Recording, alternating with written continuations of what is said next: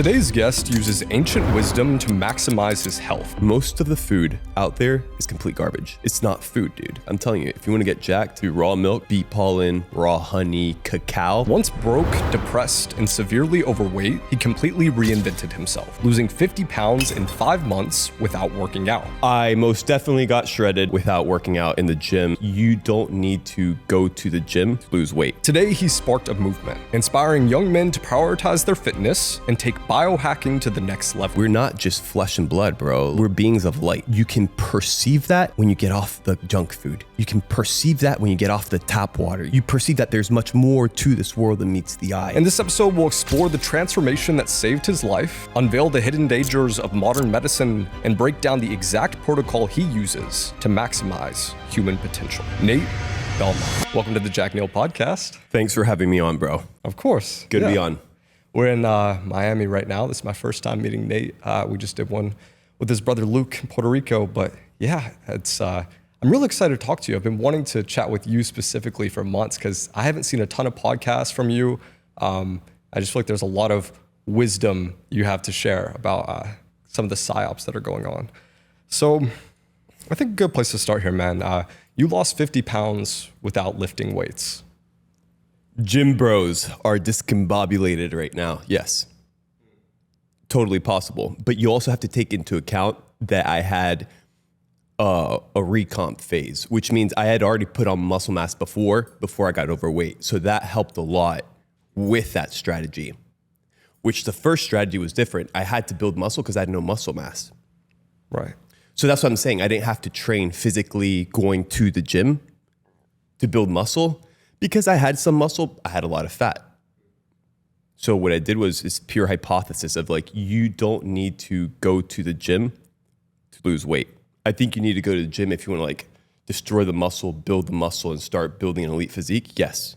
But I most definitely got shredded without working out in the gym. It was kind of like micro workouts here and there. And when I'm talking about micro workouts, I'm not even talking about till failures, like some push-ups here, some walks here, some fasting, some hanging, a lot of baths, like a lot of hot baths, a lot of red light, a lot of frequency healing, a lot of walking, a lot of cold walks, exposing myself to the cold, a lot of red light therapy, just putting it on my cojones, bro. Like while I'm doing stretches, I'll be like, get out, boom, protocol, in a dynamic life, bro. A dynamic life. I was working on launching the business. I was overweight. And in my mind, bro, I was kind of like, can I pull this off? Right? Because everybody kind of associates you like, oh, he's shredded. It's probably easy or this and that. And this. So you have kind of like this standard that you set for yourself and maybe for other people.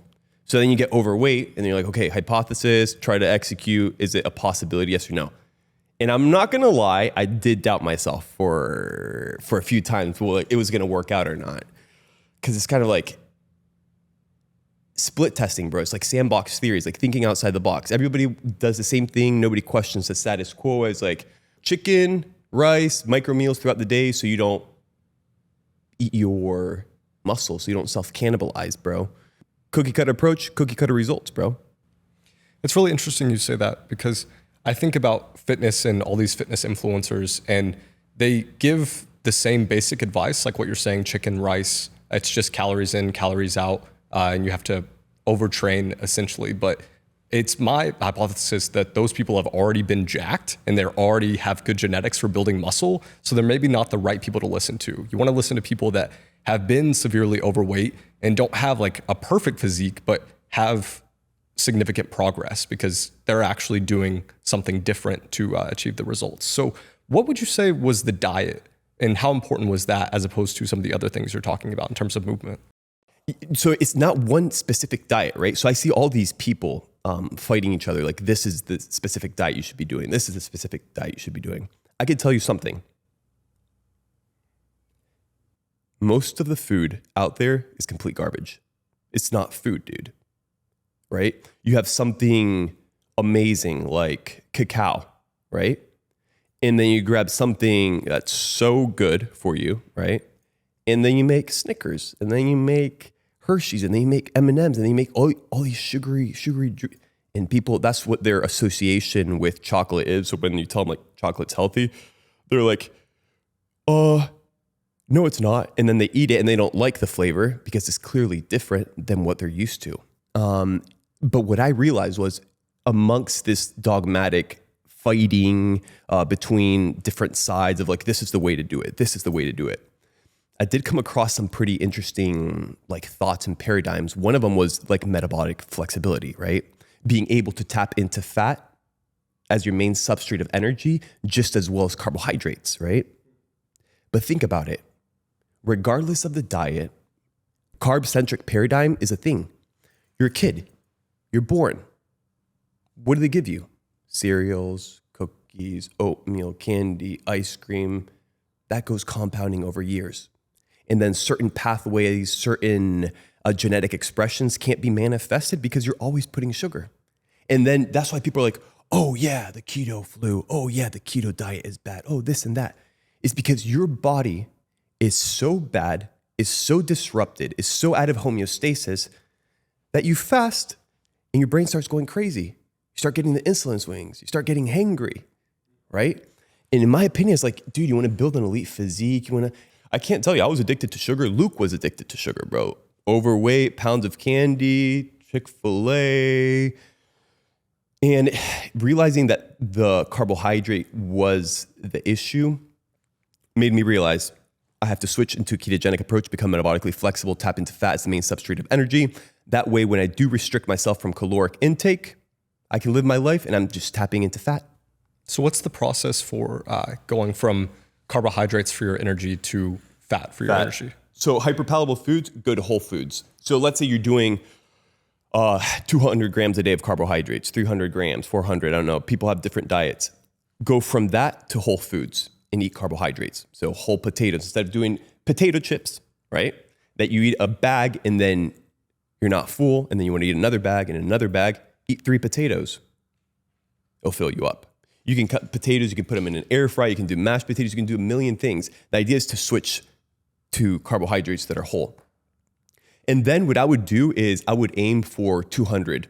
That's where I kind of keep track of my macros, is in that metabolic flexibility zone where I'm trying to transition from being a carb burner into being a fat burner. But I can't do that if I don't eliminate the problem, which is carbohydrates. Not that intrinsically carbs are bad, but I do believe carbs aren't the most optimized, especially if we consider that certain practices like farming have been corrupted, certain practices like cheap agriculture, right, to make profit occur. Those things affect carbohydrates. So you have to look at the carbohydrate paradigm completely different. So I would aim for, I'd say 200 to 300 grams a day for 2 weeks and see how your body feels, right? If you feel good and you're going from tons of carbohydrates to 200 and you're feeling good, perfect. Reduce it to 50 grams a day and do that for 2 weeks. See how your body feels. Because if you segue really quick, bro, you could have the keto flu, you could have an adverse reaction, and it's not really pleasant. You could end up in the hospital. But it's introducing fat into the picture, bro. So like shots of olive oil, shots of avocado oil, butter. And for me, it was so crazy because I always looked at butter. I always looked at all these things like the enemy, right? So I'd always do like skim, white meat, skim yogurt, skim milk, or 1%, dude. So you're like, oh yeah, dude, introduce fat and you won't become fat. You're like, wait, what? And you're like, yeah, do it. And I'm like, wait, that makes no sense. But then I started thinking about it. I'm like, okay. I mean, it does kind of make sense because we have the problem, we're carb-centric. We have the solution, which is metabolic flexibility, tapping into both. You have to introduce fat into the picture. But what's the problem? Propaganda. Propaganda's the problem, bro. Like, ideologies are perpetuated with a lot of money for a certain outcome. And the outcome's not pleasant in terms of the intention for the populace as a whole. Yeah, I want to ask you about you were talking about fat being good for you. Yeah. And propaganda. It's something I find interesting is what people are craving usually is some kind of fat or some kind of like cream. Like the reason they eat ice cream or like a lot of these sugars is because what they're really craving is the cream. And you think about when you're born, what's the first thing you drink? Like your mom's breast milk. And the milk that they've pasteurized for us is so bad for you that it makes many people lactose intolerant. So when I started drinking raw milk, I had no adverse reactions to it. It actually helped a lot of allergies I was having. Same with like raw eggs. But do you think like do you kind of agree with the sentiment that most people are really craving like fat, like butter, milk, cream, like when they eat the sugar? I'm telling you, fat, bro, is essential for hormonal health, for testosterone, for estrogen, for everything, bro. And that's what they're trying to get rid of, bro. And then they start trying to introduce 5G, blue light. It's just a bunch of, bro, I'm telling you, when you start taking a deep dive into this, you start realizing that you have to hedge yourself so hard.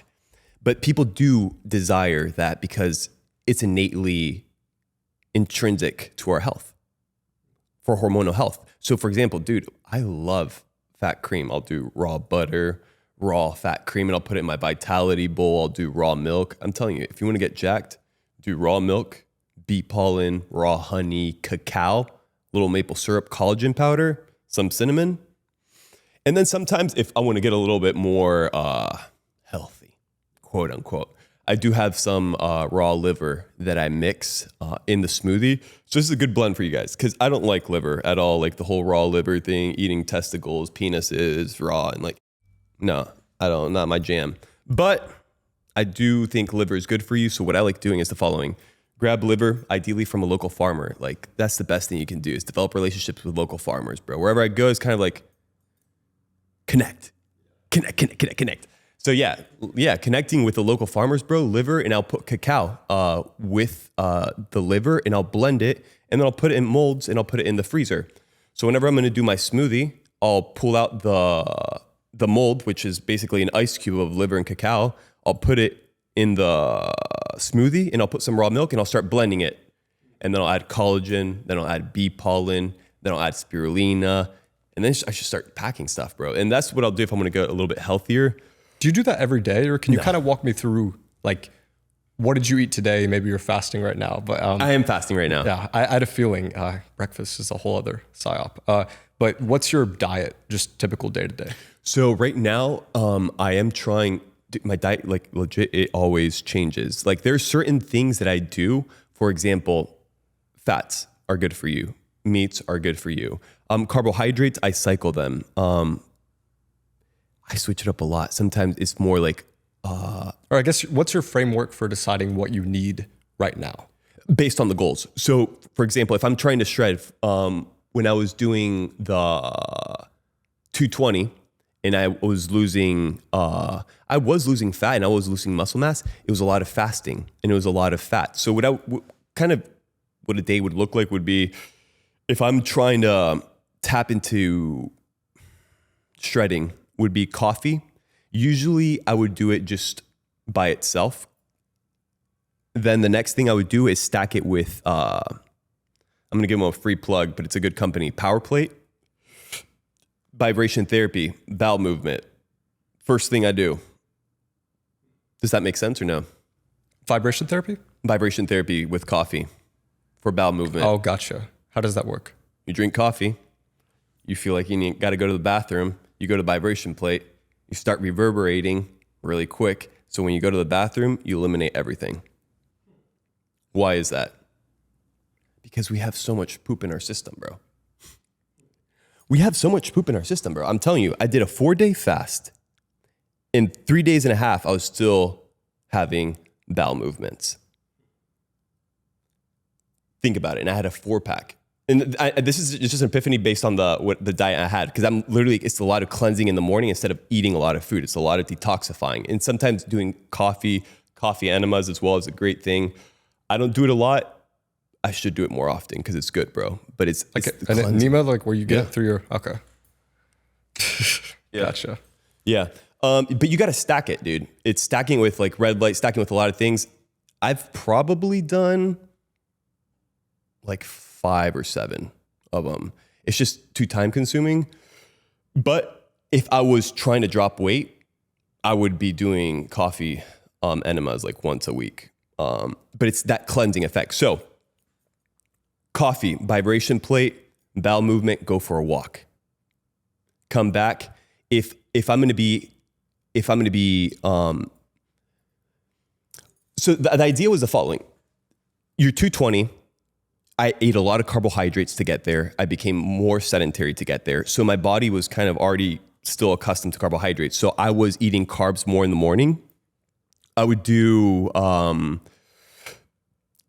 toast from a local farmer, and I would do more coffee with raw butter, and band training, red light therapy, cold exposure, cold walks, because I was in the cold the whole time.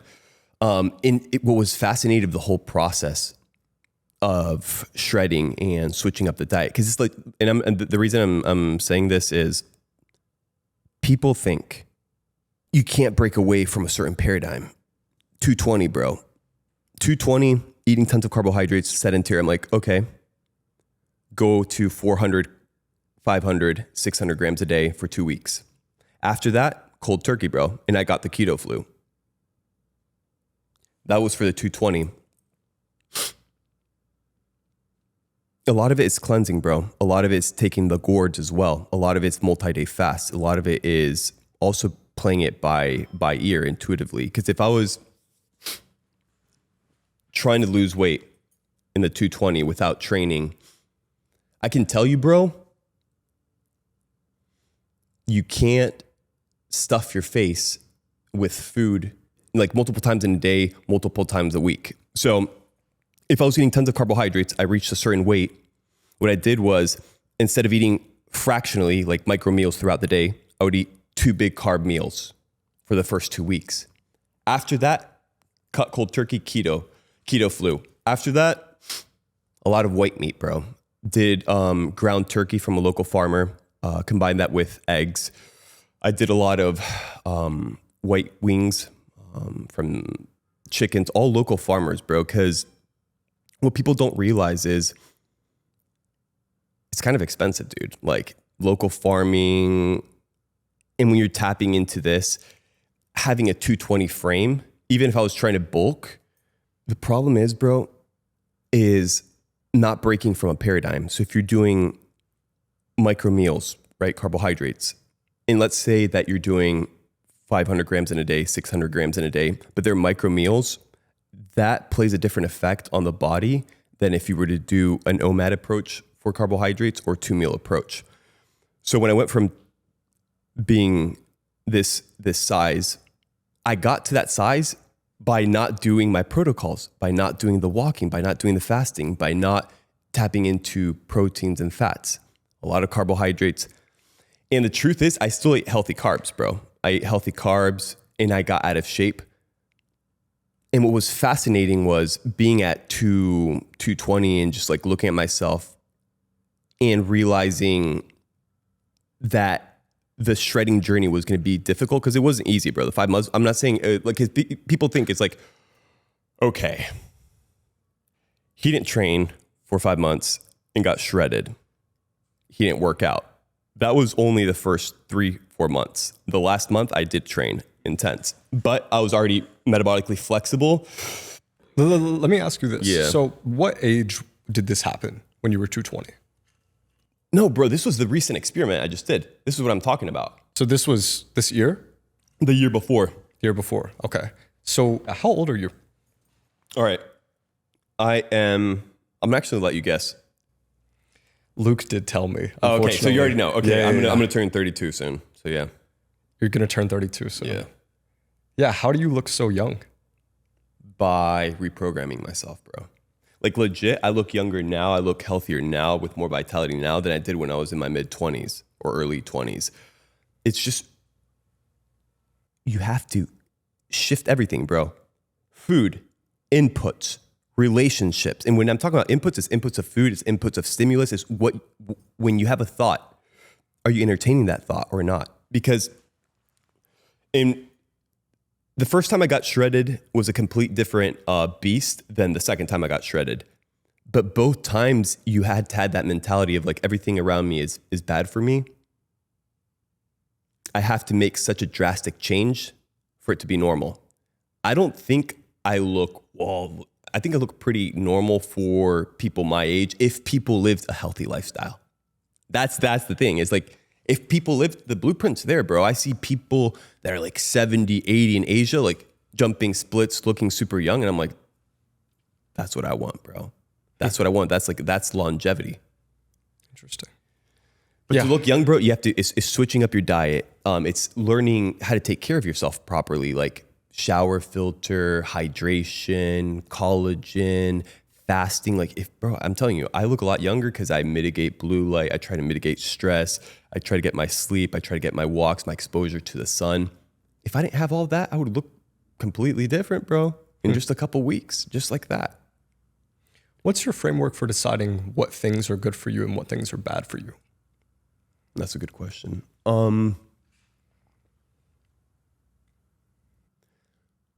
I think what you were saying before about like somebody being a certain way, getting a result, and then listening to what they have to say. I've listened to a lot of people, bro. I've learned a lot. I've studied, and picking up the information, then testing it out for yourself and see if it works, and then process of elimination.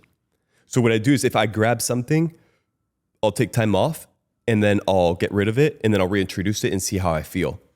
For example, grass-fed protein powder. The first time I got shredded, I was doing a lot of that to put on muscle mass and everything, but I felt like it affected my bowel movement still. I got odor.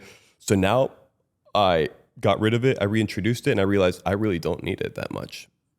I can, and I think I could tap into it if I wanted to put on like more muscle size and I don't want to be eating tons of meals. But it's the process of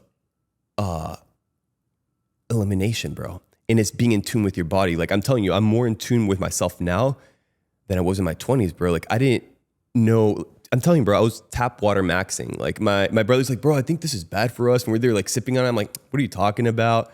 Seed oils, microwave food, fast food.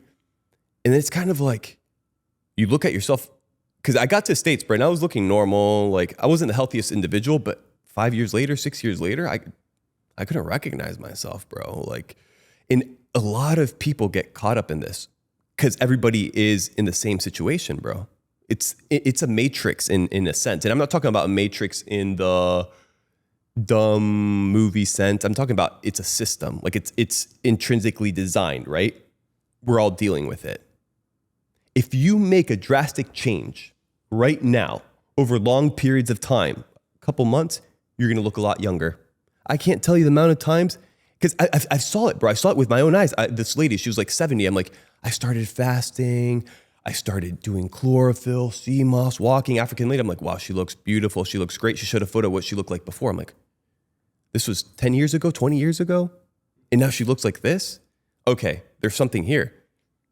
But I didn't pursue it for the vanity, bro. It's literally all about the health. It was so bad. I'm like, I have to shift out of here because it's leading me nowhere, bro. But baseline, everybody can look good, bro. And it's not about looks maxing. It's about health maxing, bro. And then you just look better because of the health maxing. It's interesting. I've spoken to some of the looks maxing guys, and they're recommending me some things. They were like, you have eye bags. And I'm like, I sleep perfectly, I promise you. Like maybe it's some diet stuff, of course, but I'm like, is there anything I can do? And they recommended like volufuline. And I'm guessing you have issues with like putting products like that on your face. I'll tell you what I would do if I were you. Yeah. First thing I would do, bro, is, so I would do multiple things. Skin staining. Skin staining is when you use certain products that you put on your skin and it stains the skin. Different oils make your skin look different. So if I put olive oil, if I put coconut oil, my skin's gonna look completely different with the sun. Also depending on the location, like if I'm in California versus Florida versus somewhere in Europe. So skin staining. I would apply skin staining to your face, and I'm gonna get into what oils I would use later. Cold exposure, like I would do a lot of ice. I would do cucumber. I do a lot of ice cucumber. That's one of my morning routines. Frozen ice cucumber. I'll do cold water, the frozen cucumber, and I'll usually either do almond oil as the base, or I'll even just do the cucumber juice itself because it has tons of silica. Slap my face, high levels of collagen, and then you can do the cold water. After that, I would do, is your skin dry or is it more oily? It leans more dry. Yeah. Dry. Okay, then I wouldn't do the prime rose. I would do rose hip water. I would also avoid blue light exposure. So whenever you're doing like work on the computer, on your phone, blue light blockers, bro. Because the blue light blockers do go below the eye and does cover the skin. Interesting. And I can't tell you the amount of times I'm like in a white, I go to these pharmacies and I just look at people's skin, bro. I'm not judging. I'm just like, I understand how the fluorescent light affects the skin in terms of the color, how it looks, that plus all the medicines they're taking, all the antibiotics, all the food, that all changes the color of your skin, bro, from the inside out. Like people, yeah, beta carotene, you start eating sweet potatoes, you start eating carrots, it also affects the tonality of the skin. For you, bro, what I would do is I would do rose hip oil. Rose hip oil it's like kind of golden orange hue. And what I would do is I would put it under my eye. I would put it all over my face. And what I do is I literally just put it on my face and then I'll slap my face for production of collagen. But what I do also is I make sure, because my skin as well, like the eye color does look different than the cheek. So you want to use the same oil. And then you go out in the sun and you get sun. And then it starts looking all symmetrical in terms of like the same tonality of the skin. But you have to reduce the blue light exposure under the eyes. Yeah, I want you to speak a little bit to why blue light is so bad and unnatural for us. And also in terms of the skin thing, I'm curious of your opinions on like how unhealthy is makeup for women? Super unhealthy. It's super unhealthy because you have both sides of the spectrum. You can use light makeup that's organic and the ingredients are fine. It depends also what the base of the makeup is. But then there's some makeups, bro, that it's like you get at the Dollar Tree and people are just putting that on their face with tons of chemicals. Not only are you clogging your pores, right, and you're not getting what you need, which is like the sunlight, right? Because if you're putting cake on your face, then you're putting shades on your face. You're blocking the signals to your body like, hey, the sun's here. You get sunburn. Then you're all sunburned here. You're all sunburned here. And then you've got the caked face that's protecting you from the sun with chemicals that's still affecting the skin. You wipe it off and then you have different tones and it's all looking a mess, bro. So no makeup, ladies, if there's a lot of chemicals in it. In terms of like companies that I would suggest, I don't wear makeup, so I don't know, bro. Yeah. You said sun exposure. How do you determine how much sun you should be getting? Because obviously people with more melanin need more. People like me, a little whiter from like England, Ireland, need less. Like how do you determine what's right for you? I think just minimum effective dose. Minimum effective dose is like before 10 a.m., try to get 15 minutes, 20 minutes of sun. Stomach, chest area if you can. Ideally get the sunrise. I feel like I know a lot of people that are like from Ireland that have had crazy, not skin cancer, but like severe allergic reactions to the sun where they get like super sunburn and everything. And then they switched up their diet. They switched up everything. They started sometimes using topical copper peptides as well can help with sunburn. But using the right oils, because if you're not putting sunscreen, all that, and then they look golden tan. They don't look like they're from Ireland, bro. Yeah, I know people who drink raw milk and they don't sunburn anymore. Yeah, and it's a lot of stuff, bro. And you have to go testing it out and see what like legit works. But some blockers don't work because that is killing off the signal. It's also not doing peak UV light hours. So when I was up in the mountains, no sun. I'm talking about like I was pale white like a couple weeks ago. I'm talking about pale white. Sun started coming out. I started getting a lot of exposure to the sun. But the way the sun hit me there versus here in Florida, completely different. So then I go out clear water. I'm like, okay, I'm going to get some sun, get a little tan. 11:30 to 2:30, peak UV hours. What do you think happened? Burned. I got burned, bro. Yeah. I got wrecked. Like super burned. So the first thing I did, biohacking center, warm water with tons of salts and magnesiums. For 2 days. Next day, the skin was already kind of dead. Dry brushed. All the dead skin off. Perfect. New skin's out. Skin's already looking good, bro. It didn't even look like I had interesting a sunburn 7 days ago or like 5 days ago. What would you say is the biggest PsyOp occurring right now You and Luke kind of popularized the idea of plastic water bottles being horrible for you. Yeah. Luke and I spoke about root canals and the whole PsyOp of like the mouth, which I found fascinating. Is there anything else that you think people aren't realizing? There's so many things, bro. Like there's so many things. But like something that like you would recommend anyone you meet, you're like, if you're not doing this, like it's horrible for you. Things that are horrible for you that people are doing, or things that they should be doing? Either or, maybe horrible. Okay, so let's talk about root canals, all that kind of stuff. Like dental health affects mental health as well. Dental health affects like your whole health. There's I was talking with a chiropractor. He was working on me. He said his dad had this crazy, almost looked like a tumor infection with pus that was coming out, and he didn't know like what was going on. And he said that he was like thinking, he's like, man, dad's getting this, like what's going on? And he asked him, he's like, Dad, remember you said you had like a root canal done a couple months ago? Isn't that when that little thing occurred? He's like, yeah, well, let's go check it out. He went, checked it out, all completely rotten, bro. Cleaned it out, thing was completely gone the next day. So it's a lot of stuff. So I'm saying like oral health is humongous. So you're not going to want to do classic fluoride toothpaste that they're telling you fluoride's good. Okay, if fluoride's good, where has it gotten us? Dental health is worse than ever, so clearly it's not working. You need natural solutions, bro. Coconut pulling, easy. Wake up in the morning, floss your teeth, coconut pulling. Start 5 minutes, 10 minutes. Sometimes I'll add a drop of tea tree oil. Sometimes I'll drop tea tree oil is great. Tea tree oil, antiseptic. I had really bad gum issues and like it fixed it better than any medicine the dentist gave me. Yeah. Good, bro. Have you tried clove or no yet? With cloves, super powerful antiseptic. Sometimes whenever I had like a toothache, I would like crush cloves and put it next to a tooth, and it starts like numbing the mouth. So it's really cool. So sometimes I'll put clove, like 1 drop of clove oil in my mouth pulling session. And then you can do things to whiten your teeth, like stacking coconut oil with like a little baking soda.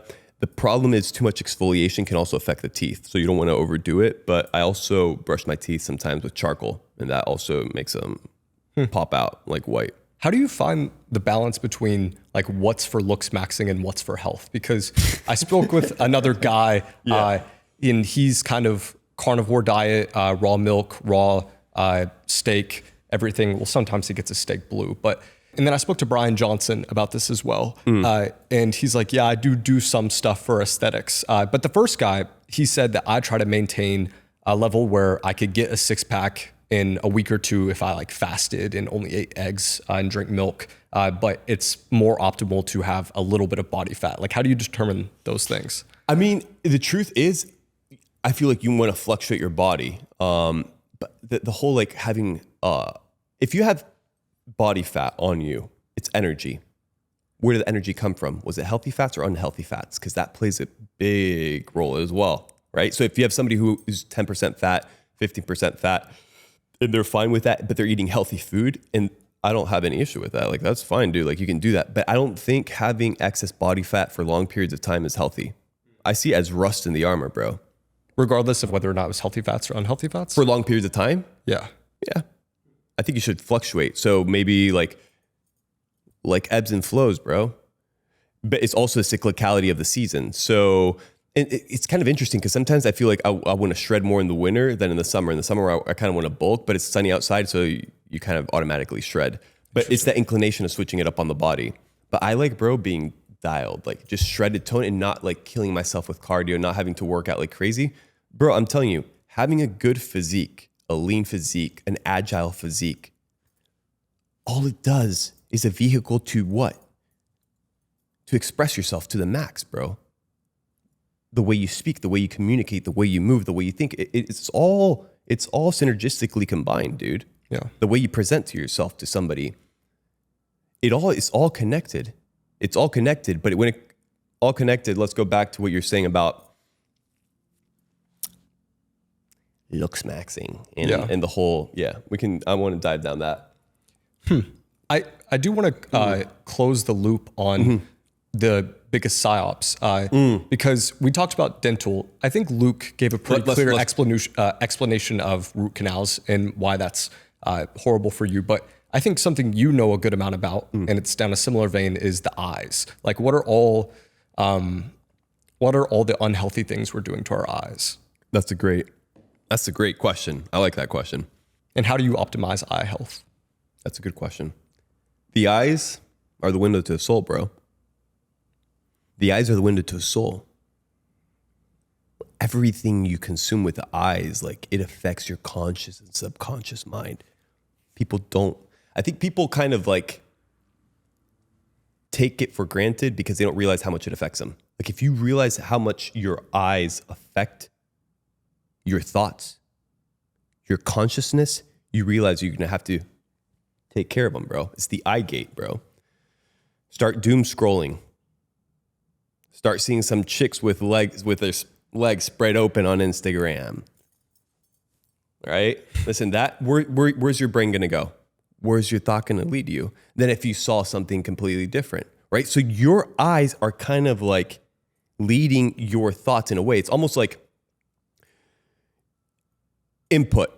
It's the eyes, right? And that's why some people tell you, oh, when you pray or when you want to focus, close your eyes, right? You're receiving the information, but you still got the stimulus of the ears and everything, but it all goes connecting, bro. Like, you start doom scrolling with your eyes. Then you got the blue light smacking you. That potentiates the dopamine. And then it's intrinsically stuck in your head, bro. Like, I don't think people realize how much taking care of your eyes can take care of your spirit. It can take care of your like noetic faculties. You have to take care of your eyes. The eyes are the windows to the soul. I saw you mention to not wear glasses before, and then I saw you also mention that you put methylene blue on your eyes, which I find fascinating. So if you want to go down either of those two routes.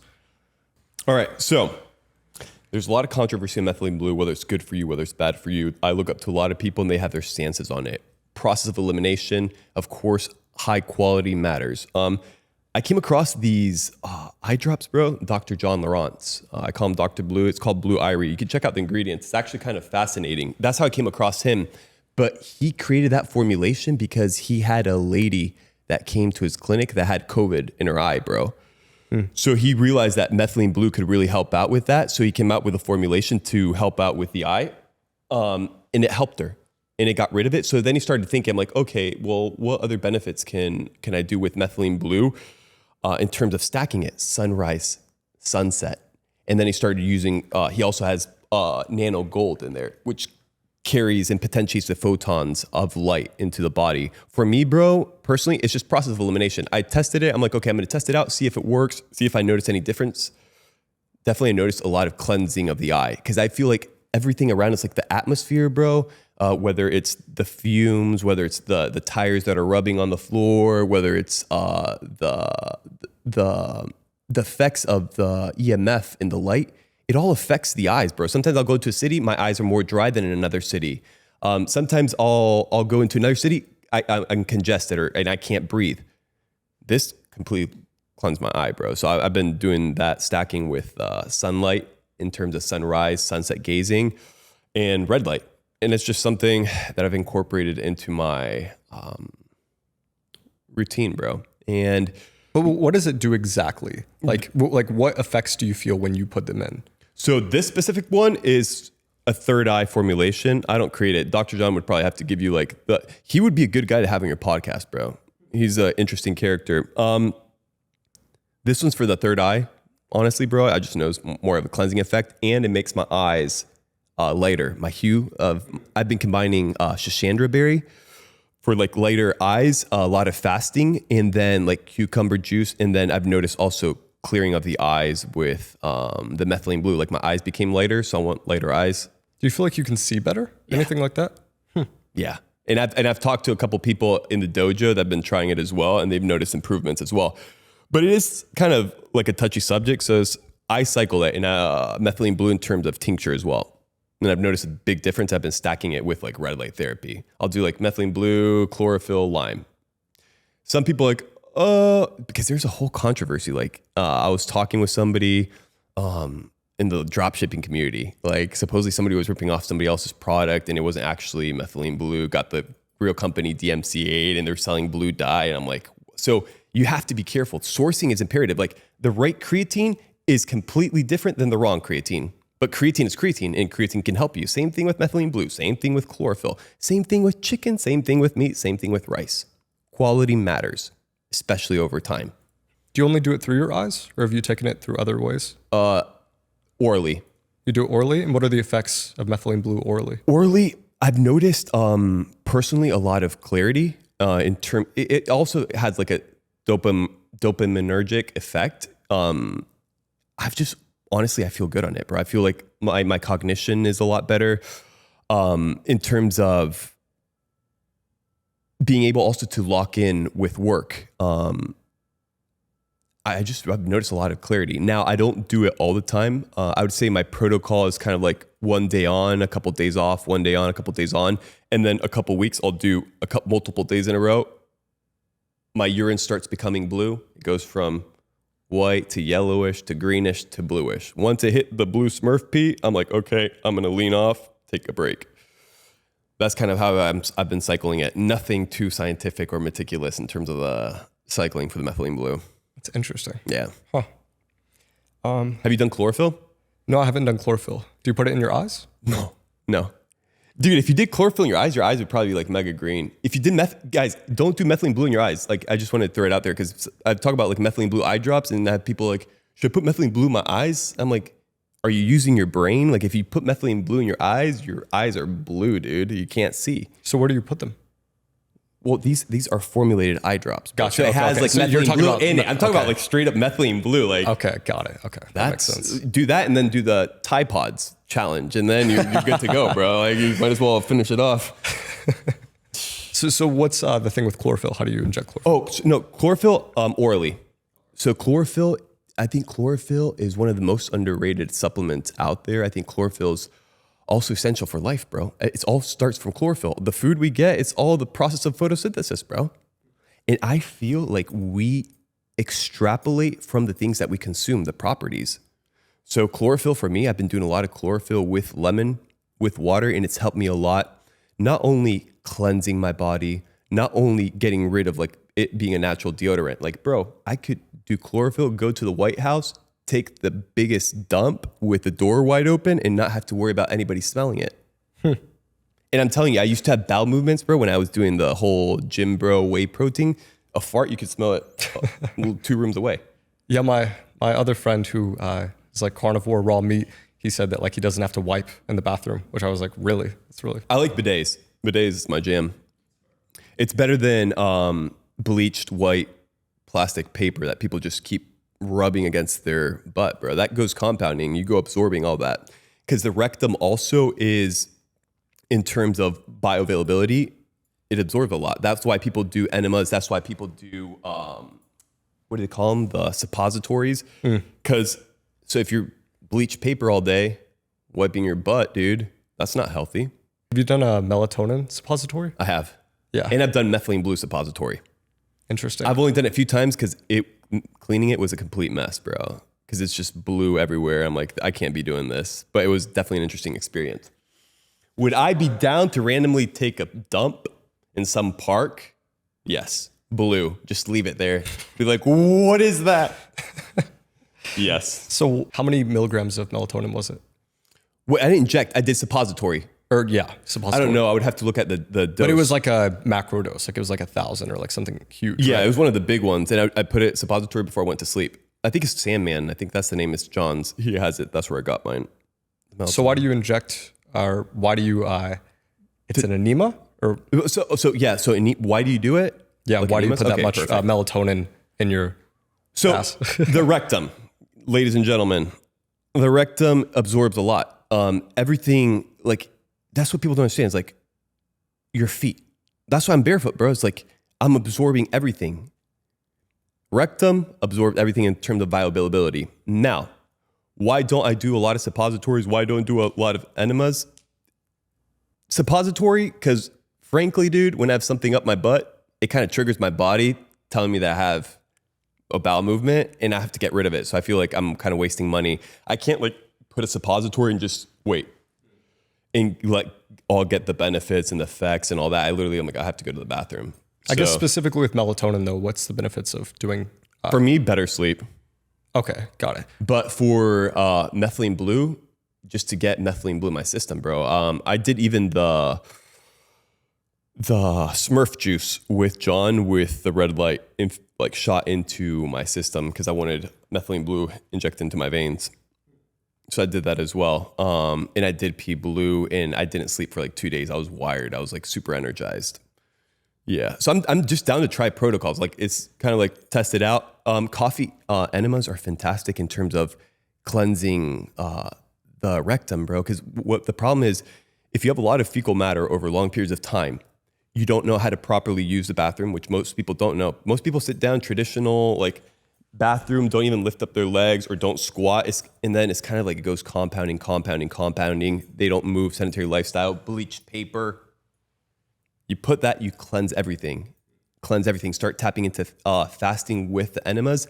And it's like kind of a pain in the butt, bro. It kind of like, no pun intended, but like you can do a little coconut oil that helps for it. But for me, it's kind of like if I was overweight and I wanted to get shredded again, or if I wanted to cleanse my colon, I would do coffee enemas. But it's something I have to do more often. It's just kind of like you're just there laying, and it's kind of like listening to a podcast or getting some red light, listening to some frequency and stacking it. Because if not, you kind of just like, I'm here in my bathroom with coffee up my ass. Like, what am I doing? So that's biohacking, guys, like straight up, testing it out, trying new things. But for bowel movements, bro, if a lot of people are constipated, a lot of people have leaky gut, a lot of people have a lot of health issues, being able to flush your body with like, you can do a magnesium flush. I would just do a magnesium flush if your if your gut microbiome isn't healthy because you flush everything. But you can do magnesium combined with enemas and you're flushing a lot out. And then you start doing good water. You start putting some electrolytes. You start rehydrating. You start reintroducing maybe kefir, maybe some prebiotics, probiotics. That's a great strategy, bro, because you're getting rid of all the crap. Because if not, it's just a process. That's what it goes back to what I was telling you about, taking a dump 3 days into a fast, having a 4-pack. Because I'm there looking at myself, I have a 4-pack, I'm having bowel movements, I'm 3 days into my fast. I can't imagine your average person. And I'm not judging, I'm just saying that's the reality of the situation. And it is fecal matter, and ideally you don't want to have it stuck in your system, dude. This podcast became about poop. Why do you wear Japanese Geta shoes? Japanese Geta shoes. Master Jiraiya Sensei inspired me to wear the Geta. That's where I came across the sandals for the first time. I wear them because they make me taller. No, I wear them legit because multiple things. I wear sandals and I'm barefoot. That's pretty much like what I wear. Sometimes I wear closed shoes, but I wear these because it has an inch and a half off the ground. So if I'm walking in a city, if I'm walking a floor, when I'm walking with chanclas or las ojotas or just like sandals, you step into a puddle, you get wet. You step on poop, it slides up and touches your skin. So having that elevation really helps.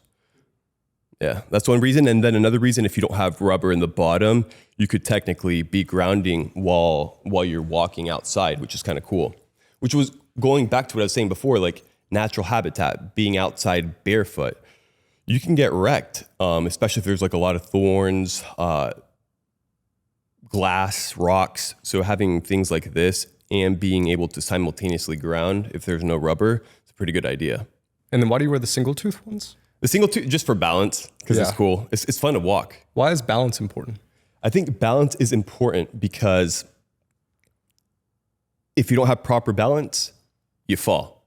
If you fall, you get an injury. And nowadays, bro, the mortality rate for injuries for people 50 plus when they fall is very high in terms of mortality rate within the first year after they break a tailbone, after they break a femur, whatever it is. I can't tell you the amount of times I have slipped with a Geta, caught myself, and been like, I'm so glad I have agility. I'm so glad I have balance. I'm so glad I have strength. Because top heavy, no balance, fall, you break something. And then you don't build muscle density. You don't build strength. Bro, I'm telling you, a couple days ago, Clearwater Beach, sitting down, drinking coffee, older gentleman, lost balance, fell on the floor. He was on the floor for all beat up. People came to help him up. He couldn't get up by himself, bro. Balance is essential. And it goes back to what I was saying before, like stats. Look at yourself, bro. Is it all about hypertrophy? Does it always have to be about big muscles and getting jacked? Or can we invest in other aspects like flexibility, agility? Like, dude, being able to squat down, pick up your kid, being able to go through ranges of motion because your body is functional, not aesthetic, right? Because I'm telling you, bro, when I start training hypertrophy and I start getting more jacked, I start compromising range of motion. So I have to start stretching more to compensate for the hypertrophy. Yes, I think it's something I heard you say was, you said bodybuilders are bad in bed. Mm-hmm. Yeah. Why is that? I'm not an expert, all right? But I think a good proper function of hip thrust, right? And healthy hip flexors, right? Are crucial for bed, bro. Think about what can you do that's conventional with a massive gym bro physique? Maybe pick up the person, maybe lay on top of them and smash them with your excessive weight. That's about it, dude. Like, there's no range of motion, there's no pliability, there's no mobility, there's no finesse, bro. No, you don't have a lot of poses to work with, dude. I'm just saying it because I see a lot of guys, I'm like, let's do exercises, right? Let's squat down. I see them getting down, I'm like, bro, how are you even performing in bed? And they're not performing in bed. That's the truth. Not all of them, but we have the disruption of a tight body. We have the disruption of a lot of weight, potentially smashing your partner, and then disruption of penile dysfunction as well, and then hormonal health. And a lot of it is correlated with steroids. A lot of it is correlated with a high stress lifestyle. A lot of it is correlated with the substances they're taking in the abusing of blue light, the abusing of substances that goes compounding over time that affects the performance in bed as well. And then that affects, it's almost like a loop cycle, erectile dysfunction, low self-esteem. That keeps playing like that, bro. So I'm not being mean. I'm just saying, like, it's legit, like, cases. Erectile dysfunction, no range of motion, no flexibility. All of that affects performance in bed, bro. How do you optimize sexual health? You've got to stretch more. It's how much do you stretch? Like, that's when a girl's on a date with a guy, she should be like, how much do you stretch, bro? And he stretches a lot. Then she's like, she probably hypothesizes he might be good in bed. But it's stretching. It's abstaining from going back to what I was saying, things with the eye. Pornography. What you consume with the eyes also plays an effect, bro. Because it's like dopamine. And then it's the desensitizing of. All of that also plays a performance in bed, regardless if you're a gym bro or not a gym bro. Are you big on semen retention? Yeah. I'm big on semen retention. I'm big on noetic faculties in being as pure as possible. And I feel like if you can actually treasure that, if you can actually invest into that, you're going to get a lot of rewards that perhaps aren't visible to the eye to a lot of people, but internally there's a lot of satisfaction, bro. What do you mean? Did you say noetic faculties? Noetic faculties. Yeah. What's that? Christian term, bro. Noetic faculties. It's something that's really not talked about a lot, and it's something that I myself, I'm not an expert in, but there is a correlation. It's something so crazy, bro, because you have the spirit, you have the noetic faculties, you have the full human expression, then we have the physical, we have looks maxing, we have all these things, and we think that this is what's going to make us happy. Having a six-pack is what's going to make me happy. Being good looking is what's going to, it has to be everything, bro. It has to be everything, but more inclined to the spiritual in terms of, but that comes with belief systems in like what you believe. Because a lot of people don't know what they believe. They hear a lot of stuff, they don't make a decision, and they're bouncing, bro. going from wave to wave with no like certainty, no angle. So when I'm talking about noetic faculties, I'm talking about the noetic faculties as humans as a whole, bro. We're not just flesh and blood, bro. Like we're beings of light. Like we are light, we are spirit. There's more to us than meets the eye. And you can perceive that when you get off the junk food. You can perceive that when you get off the tap water. You can perceive that when you start becoming healthy. You can perceive that when you start fasting. It's an altered state. You perceive that there's much more to this world than meets the eye. And that plays a crucial role in everything, bro. And so my whole take with like health, fitness, biohacking, like it's all great, it's all good, it's all about the optimization of the body, but we have to take everything into consideration as well, bro. Everything into consideration.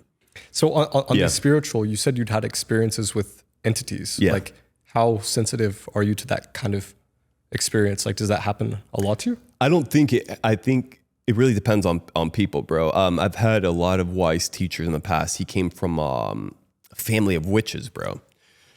He said, yeah. So from my mom's side, they're all scammers. They're like legit, nothing to do with witchcraft, anything. And they kind of do divination. But it was a lot of hustling, like get the information, send it to me. And then he said from the dad's side of family, completely different, bro. And that's when I was kind of introduced into that realm. And this was when I was a young kid. So I was like already kind of picked up on these things. But they're definitely real, bro. And it's very hard to believe it's a possibility in your realm of consciousness if you live in a bubble. You wake up in the morning, go to Starbucks, go to work, go to this, play Call of Duty, boom, boom, boom, same cycle, same stimulus, and you're not open, aware to the world. Bro, I've traveled, dude. I've studied in some senses, but you go to these native villages, bro. You go to these native countries where they're still practicing black magic, where they're still practicing witchcraft, where they're still practicing human sacrifice. And you're like, oh, wow, there's a lot going on. So when you start picking up all these cues, bro, you realize that there's a lot of facades, there's a lot of smokes and mirrors, right?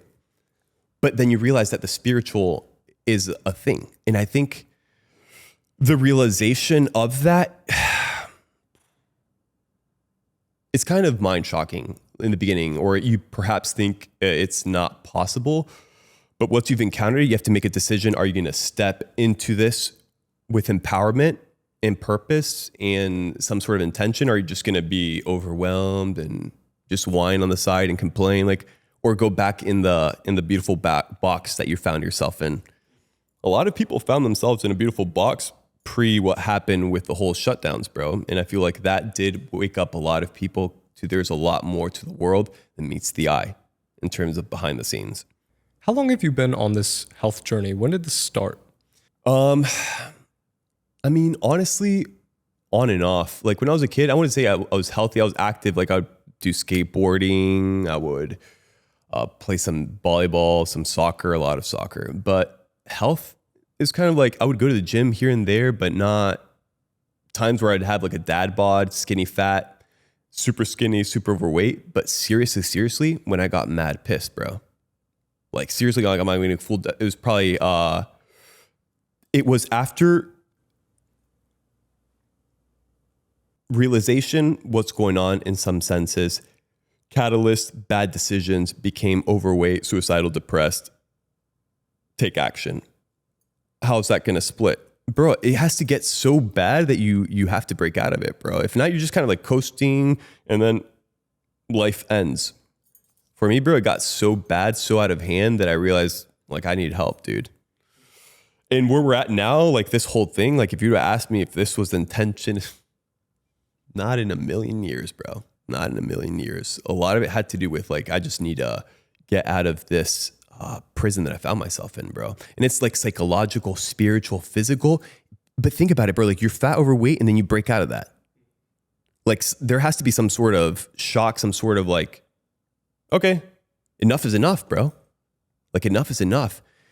But yeah, dude, like sleep paralysis, all that kind of stuff, bro. All that's real. So when you start experimenting, you're like, okay, there's stuff here, bro. And you start. I've talked with a lot of interesting people, bro. All kinds of like druids, Luciferians, Satanisms, Christians, Muslims, atheists, like the whole spectrum. Just listen, see what they got to say. See what they say, and they see how everybody in some sense, bro, is lost, right? And that's why I think in the Bible it talks about everybody being sheep, bro. And it's like, yo, I don't want to be a sheep. I'm an alpha male, top G. Not saying that top G is not top G, whatever, it doesn't matter. But it's the ironies, bro. And it's when you come with an approach of humility, I'm like, okay, perhaps I'm a little bit lost. Perhaps there's a lot more here. I need some wisdom. I need some light. And bro, I can't tell you the amount of downloads, thoughts, ideas. I don't think they're from me, but led to where I'm at today in terms of my fitness, my health. Like, okay, I'm going to start doing cold exposure. I'm going to start tapping into creatine, HMB, fasting, walking, all those things, bro. I didn't want to do it, or I didn't think it was a thing. Wait, what was I saying? I totally rambled there. You're saying about my downloads. Oh, downloads. Yeah. So like go outside, exposure to cold water. Go get this book. It's like stuff like, okay, take action on it. Perfect. Take action on it. Like, I can't tell you, bro, the whole gourd tea, loose leaf tea, bro, that was a download, dude, 100%. Cause kind of like I had the whole paradigm of like, okay, I want to start using herbs. I want to start using natural remedies to cleanse my gut, to start fasting, to be able to get rid of hunger cravings, right? And then I realized, okay, there's a lot of bleach bags, millions and millions of nanoplastics that really affects your body, especially over long periods of time. So it's kind of like you see the possibility of health, but then you have the bleach bags, highly processed, unorganic tea, not good for you. And then you have healthy loose leaf tea that you can tap into to really cleanse the body. So then I'm studying these herbs, I'm studying these roots. I'm like getting all the benefits. I'm like, bro, why don't I just put them in the gourd and just drink out of the loose leaf tea? And that's what I did, bro. And it started like that. Like, but it's coming from a place of humility, bro. It also is just like thinking outside the box. For example, downloads I had, bro, was like not training. I see a lot of guys, they train with like anger or train with like heavy metal music or rap and just want to get in this zone, like destroy. And that's fine once in a while, but if that's every day what you're doing, bro, that affects your conscious, bro. And that affects your body as well. Like if you think about like, it's like the mind, the body, you start studying water, and we're basically comprised of water, and how the cells change based on the inputs. You don't think that the music you listen to is going to be affecting your whole cells when you're working out? Yeah, it will, bro. And most likely you'll hum and you'll sing the beats when you're not playing it anymore when you're back home. So is those things are like, okay, I can't do music anymore. And before it's like, yeah, you want to listen to it, but it's like, okay, cut it out. No lyrics. Not that I don't listen to music with no lyrics all the time. I'd say it's like 70%, 80%. But when I do listen to stuff, I'm listening to the lyrics, what they're saying. Not, and then it's just like, it says sex, get banging. And I got guys that are like, bro, I can't stop thinking about women, this and that. I'm like, okay, what are you listening to? Pop the pussy, big things. And I'm like, twerking culture. I'm like, you get what you input, bro. You get what you input. And if I was doing that, I wouldn't maybe be as out there, but I would have an inclination toward that tendency, anger. And I've tried it, bro. Coming from a place of gratitude, bro. Really good. Stretching gratitude, confidence, and really tapping into that, bro. Going outside in the sun, like just switching everything, bro. Like it was a complete different paradigm. Not, I'm going to go in the blue light box and get on an EMF treadmill and look at the news while I'm wearing a mask on, while I'm putting alcohol in my hands, while I'm drinking my tap water. Like I see that all the time, bro. I'm like, no, I'm going to go take my shirt off, go for a walk, ground, sun, stretch. What am I grateful for? Switch it up, bro. Nate, something I think is an interesting question for you. And a lot of people say this idea of health is wealth, and that like you should focus on your health before focus on making money. But it's interesting because you have your brother Luke, who is into the health stuff, but maybe I would say you're a little more inclined to it and he's a little more focused on the money making stuff. But yeah. I'm guessing that I've seen some success that you've had recently, having made some good amounts of money. But Luke and I were talking about this guy who is basically a billionaire. You would know who I'm talking about. He basically said that after I sell my company, I'm going to start focusing on longevity. And Luke was like, why doesn't he focus on longevity now? So how do you think of the idea of health is wealth and why you should focus on health before making money? I think you should focus on both, but health being paramount and crucial. Why? Because everything is so stacked against both that you achieving both is going to be hard anyway. So might as well do something that you can grasp with your physical hands, bro, and empowers you. Not a lot of people can go and make money right away, bro, but you can definitely empower and get start becoming healthy, and then that can translate into the making money. And then Luke's been unhealthy, but the most money he's made, bro, when he was healthy, bro. It was when he was fasting. It was when he was juicing. It was when he was locked in, bro. Like, and he fluctuates, but he works a lot. But he's definitely not so keen on health as I am. But we both had the same epiphany, bro, and we had it when we did the mushrooms, bro. We did mushrooms, and it was the perception of food, light emanating from the actual organic matter, and then the raw, disgusting, like dark energy that just emanated from the fast food. And it was funny was like I was like looking at it and I was processing everything. I'm like, wow, I'm actually seeing this. This is interesting. But there's. Can you tell me what happened there? So you guys you did shrooms, and then were you going to eat fast food or something, and then like you kind of had a realization about it? No, we're hanging out with NPCs. So when we open the fridge, there is fast food. So it's like split in between. So first of all, if you're going to do mushrooms, be very careful. My whole take on it is it does open the back end to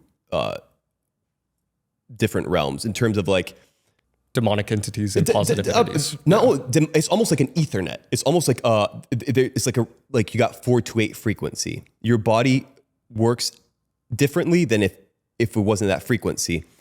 You do mushrooms, a certain dosage, you're gonna have a complete different perception of reality than if you did high dosages. So don't do high dosages if you're trying to escape reality. I see a lot of people come with baggages, problems, worries, and they think, oh, if I do a mushroom trip, it's going to solve all these problems. Perhaps it might even amplify it, make it worse, bro.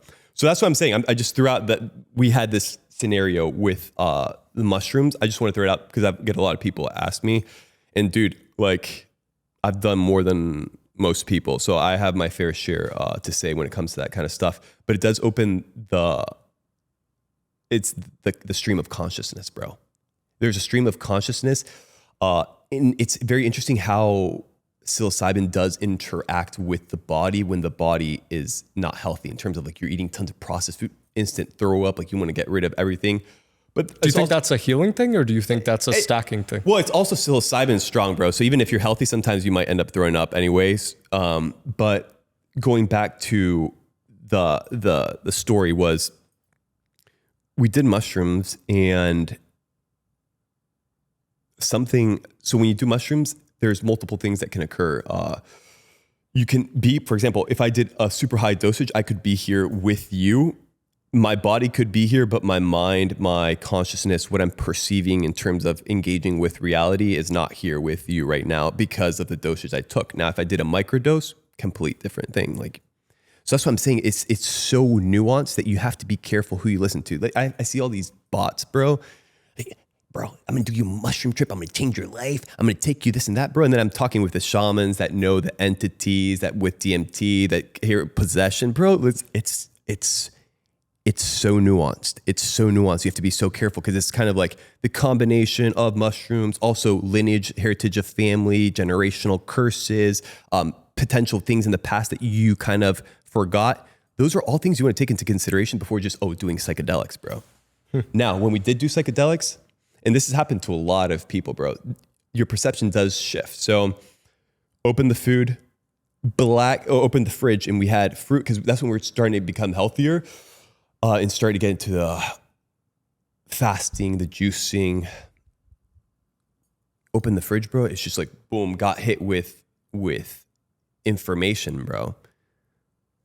Looked at the unhealthy food and like legit, it was black energy, almost like oozing off.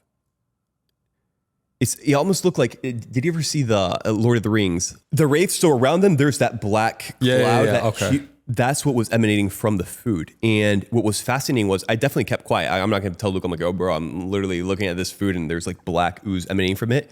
Then I looked at the fruit and there was like light, like bright light just radiating from the food. I'm like, I've never seen this before. This is interesting. So I'm like, Luke, what are you seeing right now with the food? He said the same exact thing. So that's called a shared experience in terms of, but that kind of opened my eyes to this does affect us. Like there's a lot here. And when I realized how stacked humanity is in terms of oppression, I got so pissed, bro. Like, why would I want to be unhealthy? Like, it's almost like they got you by the balls, bro, and they're playing with you and you're just going along. Like, it has to piss you off so much that being healthy becomes like the new norm, the new standard. But when you realize the game, money, health, perfect.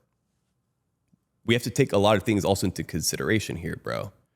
Inflation, potential collapse of the US economy, because all these things are also going to play a huge role in terms of what am I going to pursue? Am I going to pursue health or money right now? Because if everything's going to collapse, fuck it, bro. Maybe not.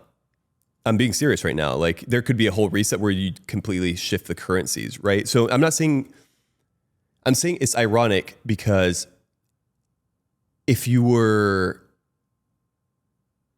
had all the money in the world when you're a young kid, what would you do? You'd become healthy. Perfect. But you don't have that. But you still become healthy. So why don't you do it now? The irony is people start pursuing mammon. People start pursuing money. I mean, money is a tool, bro. And money is an amplificator. There's a lot of things when it comes to money. And you see money, the origins, where it comes from, how has it shifted. And you've had fair share of gifts when it comes to the Federal Reserve, how botted that is, secret banking, or all of that you have to take into consideration before like, okay, I'm going to become the next millionaire. Like, let's be realistic here. What can you actually do? Can you become healthy? Yeah, start there. Why? Because if not, I'm going to go to a job or start becoming an entrepreneur, start burning out, start making money to then pay the doctor, to then pay for the pills, to then pay for the surgery. Like, you don't know how many people, 50, 60, great careers, hundreds of thousands of dollars every year, go stacking, just to have the last few years be completely miserable, be like, I wasted everything. And now I'm paying the doctors money in the American system, which is ridiculous. Literally, you get stitches, $500. Like, so the idea here is hedge yourself, become healthy, but it's not paranoid. It's not becoming healthy. I'm like tracking everything. And I'm like, no, it's like live life, become healthy, but realize that everything's stacked against you. So if you don't wake up and you don't take care of yourself, all the money you make, you're probably just going to end up giving it back to the system in another manner. That's interesting. And it's 100% true, bro. And it's not being, it's easy things, dude. Easy things that you can do that, okay, let's be rational here.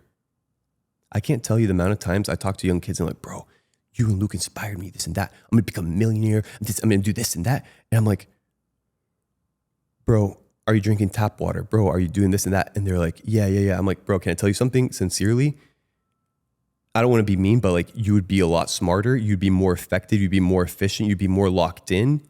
You would be more self-aware. You'd be more in tune. Because business, bro, you have to pivot. Business, and if you're botted, you're dull, you have brain fog, you're tired, lethargic, you got testosterone plummeting, you don't think that's going to affect your performance or you making money?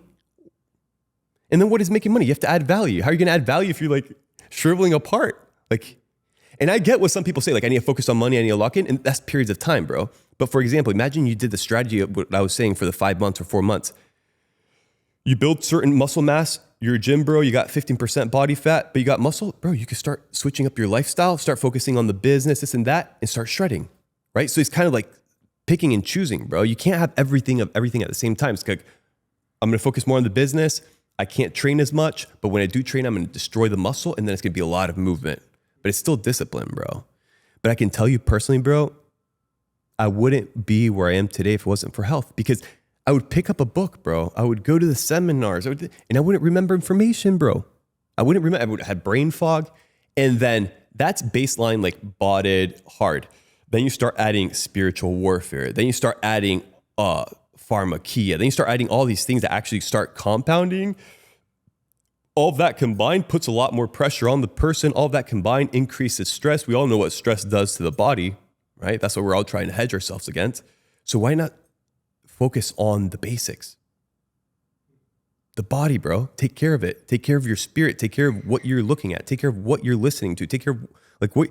And it sounds simple, but it's not easy. It's not easy. It's not easy not doom scrolling when you've been doom scrolling at night for many years. Bro, I can't tell you, when I went like Dojo the first time and I locked in, it was like no technology for the first few hours when I woke up and no technology for the last few hours when I went to sleep, because it's all about programming. It's all about like discipline. It's all about getting somewhere. And I was working while I was training, bro. Something interesting Luke mentioned as well was that when you guys together network with ultra successful people, they're often more interested in speaking to you than him because they're want to talk about like the health stuff. Well, it's kind of like, yeah, you made money, I made money. How do you make money? That way, okay, I made money this way. I want to get a six pack, or I want to become healthy. So yeah, naturally, yeah, dude. So, I mean, that's some inspiration to young people as well, that if you are healthier, then it's just good leverage when meeting business people in general. Mean, think about it. Yeah. Like, and it's, bro, I can't tell you, like, it's true. Like, I walk into a room shirtless and I get reactions, bro. Like, whether I like it or not. When I was out of shape, unhealthy, I walked into a room, you get reactions, but not the ones you want, right? So you have to also take into consideration, it's this person has something I don't, that's valuable. I want it. How do you get the six pack? How do you get healthy? How do you become flexible? Bro, I can't tell you, I was stiff, I was overweight. And people want to learn, bro. People want to learn from the people that actually did it, bro. And I'm down. I talk to people. It's all cool. Like, but it's a lot of thinking outside the box, bro. My protocols, my strategies are super different, bro. Like legit. And it's weird. Like, you don't have a lot of people telling you, start fasting more, start walking more, potentially start training less, but go fully intense, start training with bands. Because dude, training with bands is one of the biggest hacks ever. You're training in the hyper chamber in terms of mind and body connection, right? So if you're trying to build an elite physique and you don't have mind and body connection with the muscle, how's the muscle going to ever grow if all you're doing is lifting weight that you shouldn't be lifting, and it's all it is movement, excessive weight, and it's just showmanship, bro. I see guys lifting weight and it's just like, band, it's not pretty, it's not sexy, it's not flashy, it's a band, but you grab it. And when you grab it and you do the right tension, you feel it. It's almost like training abs. It's like that tension, just almost becoming comfortable with that pain, that tension. But what it does do is when you grab the bands and there's that activation, the firing of the muscle, all the way up, peak contraction, all the way down, peak contraction. Train like that, bro. For a month, you grab a dumbbell, you don't grab the dumbbell the same way. It's like peak contraction, bro. Because the dumbbell, all you're doing is it's what? You got gravity, and then you got the dumbbell, and then what you're lifting with. Bands, full range of motion. You can stretch, you can change the tensions, and it's actually transportable. It's actually inexpensive, and it's an easier way to get that mind-body connection in an expedited manner, but also not get injured. Because I see a lot of guys lifting weight they shouldn't be lifting when they started lifting. Like, oh, I'm brand new at the gym, and they see the guy that's big, and they get the ego lifting. I want to lift as much as they can. And just because you can doesn't mean that you should, because potentially you have something going on. That's why it's being in tune with your body. And that's why I like teaching in the dojo, bro. It's like becoming in tune with your body, understanding different methodologies, different vehicles, which is kind of like what Miyamoto Musashi was saying, bro, in terms of like no way is the way when it came to his swordsmanship style, right? Which in feudal Japan, back in the day, in the samurai days, it was kind of like something that people looked up to was a samurai status. It was very prestigious, and he went on that journey. I think it was like young teens on his Mushashukyo, which was like his warrior's journey, and he killed his first man at a young age. Not that I think that's cool or anything. I just find it fascinating. You have a kid who's going on a journey. He's fighting older people, bro. We're talking about not Floyd Mayweather, like point, hide, point, hide. You're talking about slash sword, you're dead. And reading his book, the Book of Five Rings, right? And because they're writing these 5 scrolls to his students. I think it was called the Spirit Cave, where he was 60, bro. And he was like pondering on his whole life because everybody looked up to him, bro. He was like the samurai. Think about it. You go duel 60 battles, bro. One-on-one with somebody and you win. Different schools, different methodologies, long sword, multiple people. And he started realizing that. And then he had multiple battles, like actual battles for the feudal lords in Japan. And I kind of had an interesting epiphany, bro. I'm like, he's explaining that perhaps he didn't die or perhaps things went well just due to natural ability and everything. But he started breaking it down. He's like, a lot of schools have a lot of dogma, have a lot of dogmatic views. So what he did was understood those dogmatic views and hedged his swordsmanship according to the weakness of the school. And he would go from school to school, dueling different people. So when I kind of got that, I'm like, oh, bro, it translates the same thing with fitness. Like, oh, CrossFit's the way to do it. Oh, this is the way to do it. And when you realize like there's pros and cons to every single thing, and if I can tap into it and I can understand the basics, then you're kind of creating a playground for yourself to not get bored when you get older. Because if you're lifting weights all day and doing the same routine, writing the same notebook, 56, you're going to be bored, dude. It's all about being fun as well and making it fun. Being different points, bro. I can't tell you, flexibility, mobility over being jacked any day.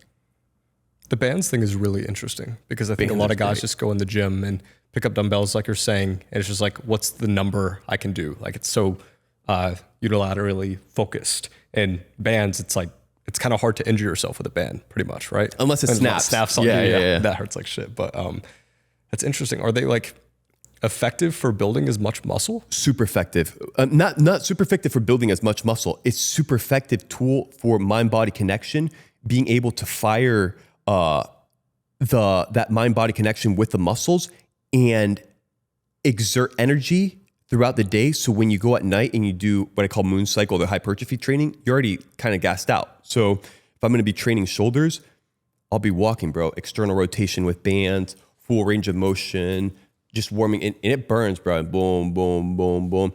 And I'm kind of gauging myself.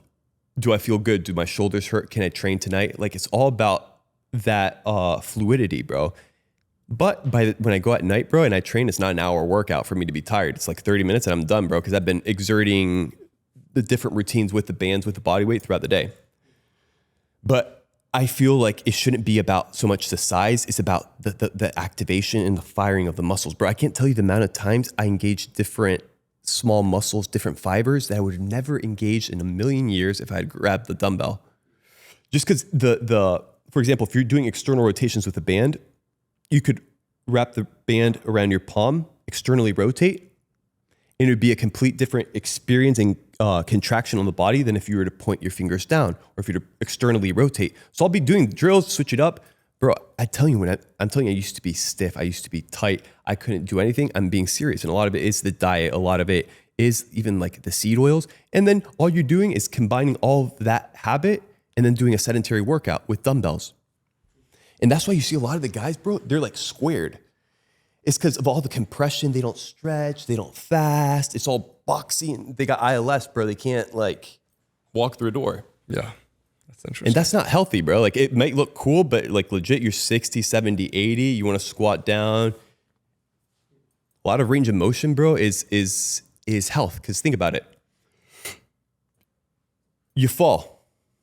The bigger they are, the harder they fall. You have a lot of gym bros, train a lot, tight, no balance, they fall, top heavy. You're going to get injured, bro. And it's about here, like, understanding the game and understanding that, like, you think your genetics are what's going to make it bad or good. Epigenetics trumps genetics, period. Now, you think the blueprint that you got from your parents is bad? You think the blueprint that you got from your grandma's bad when you're a little kid and you're looking at her and you're like, oh, wow, she looks so old and feeble and bad. The next generation is going to be way worse. So wake up, dude. And the next generation, even way worse, right? Because think about it. Your grandma, who was feeble and old and frail, when she was 30 or 40, she could at least put a backpack in the overhead compartment of a plane. People can't even do that nowadays in their 20s and 30s because they're so out of shape. What do you think it's going to look like when they're 50, 60, 70, bro? That's an epiphany I had, bro. I'm like, this is so bad now. Either you take your life, get rid of this shit, or there's a complete different approach here. Because if not, it's going to get worse and worse. So you think if you're unhealthy, you'll have unhealthier kids, essentially? what you take, what you input in the food, the medicine, all that during the first few months before Conception. Before conception, all that plays a crucial role. What the mom takes, what the mom eats, stress level, all that plays on kids, bro. And I'm not saying kids are stupid, but kids do look different nowadays than they did when I was a kid, or they did when my parents, and I'm talking about normal human things like having an interaction with another human being face to face. If you're a child and the first thing they do is give you sugar, dopamine, iPad, and all you do is scrolling, blue light, blue light, blue light, blue light. Bro, I didn't do that when I was a kid. Do you understand that? And I was unhealthy in my 20s. What do you think is going to happen when those kids are 20s and 30s with all that blueprint, bro? It's not going to be good. It's not going to be good, bro. Is it possible to grow a couple inches training? Yeah. Growing a couple inches training or shortening your spine with training as well. Hypertrophy training, gym bro convention style training, sedentary lifestyle, compression of spine over long periods of time. That's what you get. You get shorter if you lift weights? Yeah, you get, no, well, okay, it's very nuanced. You get shorter automatically. Your parents, you saw them when they're young, now they're shorter, right? But you incorporate the pressure and then the machine. Like I see people doing the same machines in the same manner that's compressing their spine. That goes compounding over time. And then they sit down and then they lay down and then they stand up. Instead of doing the opposite, bro, like stretching, decompressing the spine, going through 4 ranges of motion. And that's what I was doing, bro. It's like going through 4 ranges of motion, and then naturally you start losing weight, you start stretching, and you start becoming taller, bro. Have you gotten taller? Yeah, I think I've grown like 1.5 inches. Cause I was like 6 foot and I got to 6'2". And now I haven't been stretching as much, but you can decompress spine. And there's also a lot of tightness in the muscles, in the ligaments, that if you go loosening up, if you're a 6 foot individual, you're going to get a lot of little micro increments in different parts of the body, bro. It's not that whack. Interesting. And the spine as well, like a lot of, so it's progression. For the decompression of the spine, what I was doing wasn't so much hanging from the bar, like with my hands, because whenever I was doing that, even if I could isolate the strength with my hands and like kind of let the back loose, it was more of a grip strength thing. Like, oh, what's my grip strength? When I put hooks on and I hang from the bar, it's completely letting go. Let the air go and just like, and just feel the decompression of the spine.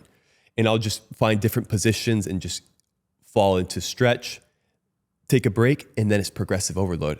Once I feel more comfortable, because for some people it can really hurt. Like if you're always tight and then you stretch, it hurts their spine and you have to be careful, but it's progressive overload.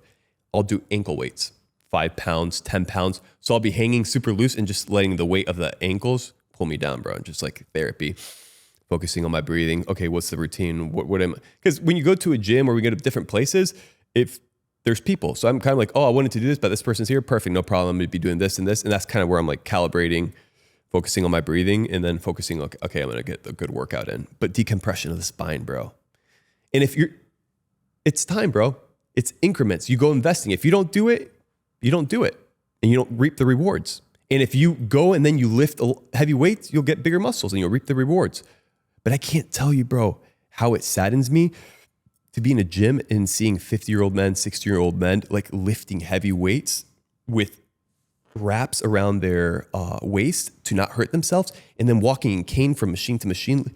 And I'm like, do some yoga, do some stretching, do some Pilates, do some walking, some swimming. Because all you're doing is literally destroying the body. But are you destroying the body in a healthy manner, or are you destroying the body just because you want to lift heavy weight? And it's kind of like, another thing is like you lifted heavy weight, potentially compromise your health, potentially compromise your digestion because you're eating tons of food, and potentially getting injured if you had an elite physique. Like if you built something crazy out of that protocol, then do it. But it's kind of like average the physiques of the people lifting the big stuff. So it's kind of like, what's the purpose? Now, if you like lifting heavy shit, lift heavy shit. That's fine. But teach their own. But that's just one training style. But if you do that, you see the blueprint, bro. Power lifters, there's a body style. There's a body type. Bodybuilders, you got classic physique, right? If you had to ask me, like, Nate, where do you think bodybuilding was at its peak? The silver era. The silver era of bodybuilding, bro, out in the sun. No steroids, grounding. Some of the physiques weren't aesthetics, a lot of ideologies. A lot of the physiques, people would be like, oh, well, it's not as crazy as now. But I'm like, it's attainable and it's a healthy way to do it. And it's a good stepping stone. Nate, you have a lot of interesting philosophies, and I'm sure a lot of it is through trial and error and reflection on like how your body reacts. But what kinds of mentors and like guidance have you sought in the past? Like, have there been any impactful yoga teachers? You said you went to a chiropractor, which I find interesting. There's a lot of controversy there. Like, yeah, so chiropractic. So I've only done like 2 chiropractor sessions ever, and the guy's name was Nate. He was really cool, and he was actually teaching me a few things that I do on myself, like cracking my own spine. So I'll like let the air go and just pop the ribs in, and I crack my spine that way. So it's kind of like tapping into that. But you shouldn't be doing a lot of chiropractor work if you're always sedentary, and then if you have a lot of inflammation, and then if you have bad people working on you, bro. And then that's your way of, oh, I'm feeling loose. No, your way of loose is doing the right things to do it, not chiropractor work. In terms of mentors, like, or people, I just, like, give me some of these different experiences or like interesting individuals you've met. Like, you've talked to shamans, you've talked to people involved with witchcraft. Like, what are some ones that have stuck out? One that stuck out to me, not so much the person, it's the underlying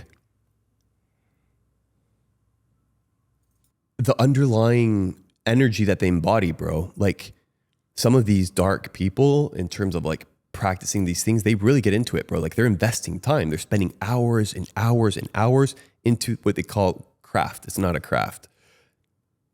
And I'm looking at that and I see that pattern. I mean, it's kind of discipline, bro, in a way. And I'm not saying I admire that, but I'm like, we can't practice that as Christians, or we can't practice that as X, Y, and Z, in terms of being able to have that internal discipline and fortitude to be able to do the things that you need to do. Bro, all these druids, witches. What's a druid? A druid, druids, they come from, they're witches, but druids, bro, the whole Hollywood comes from the druid tree, the holly tree, which was used for magic, which was used for storytelling.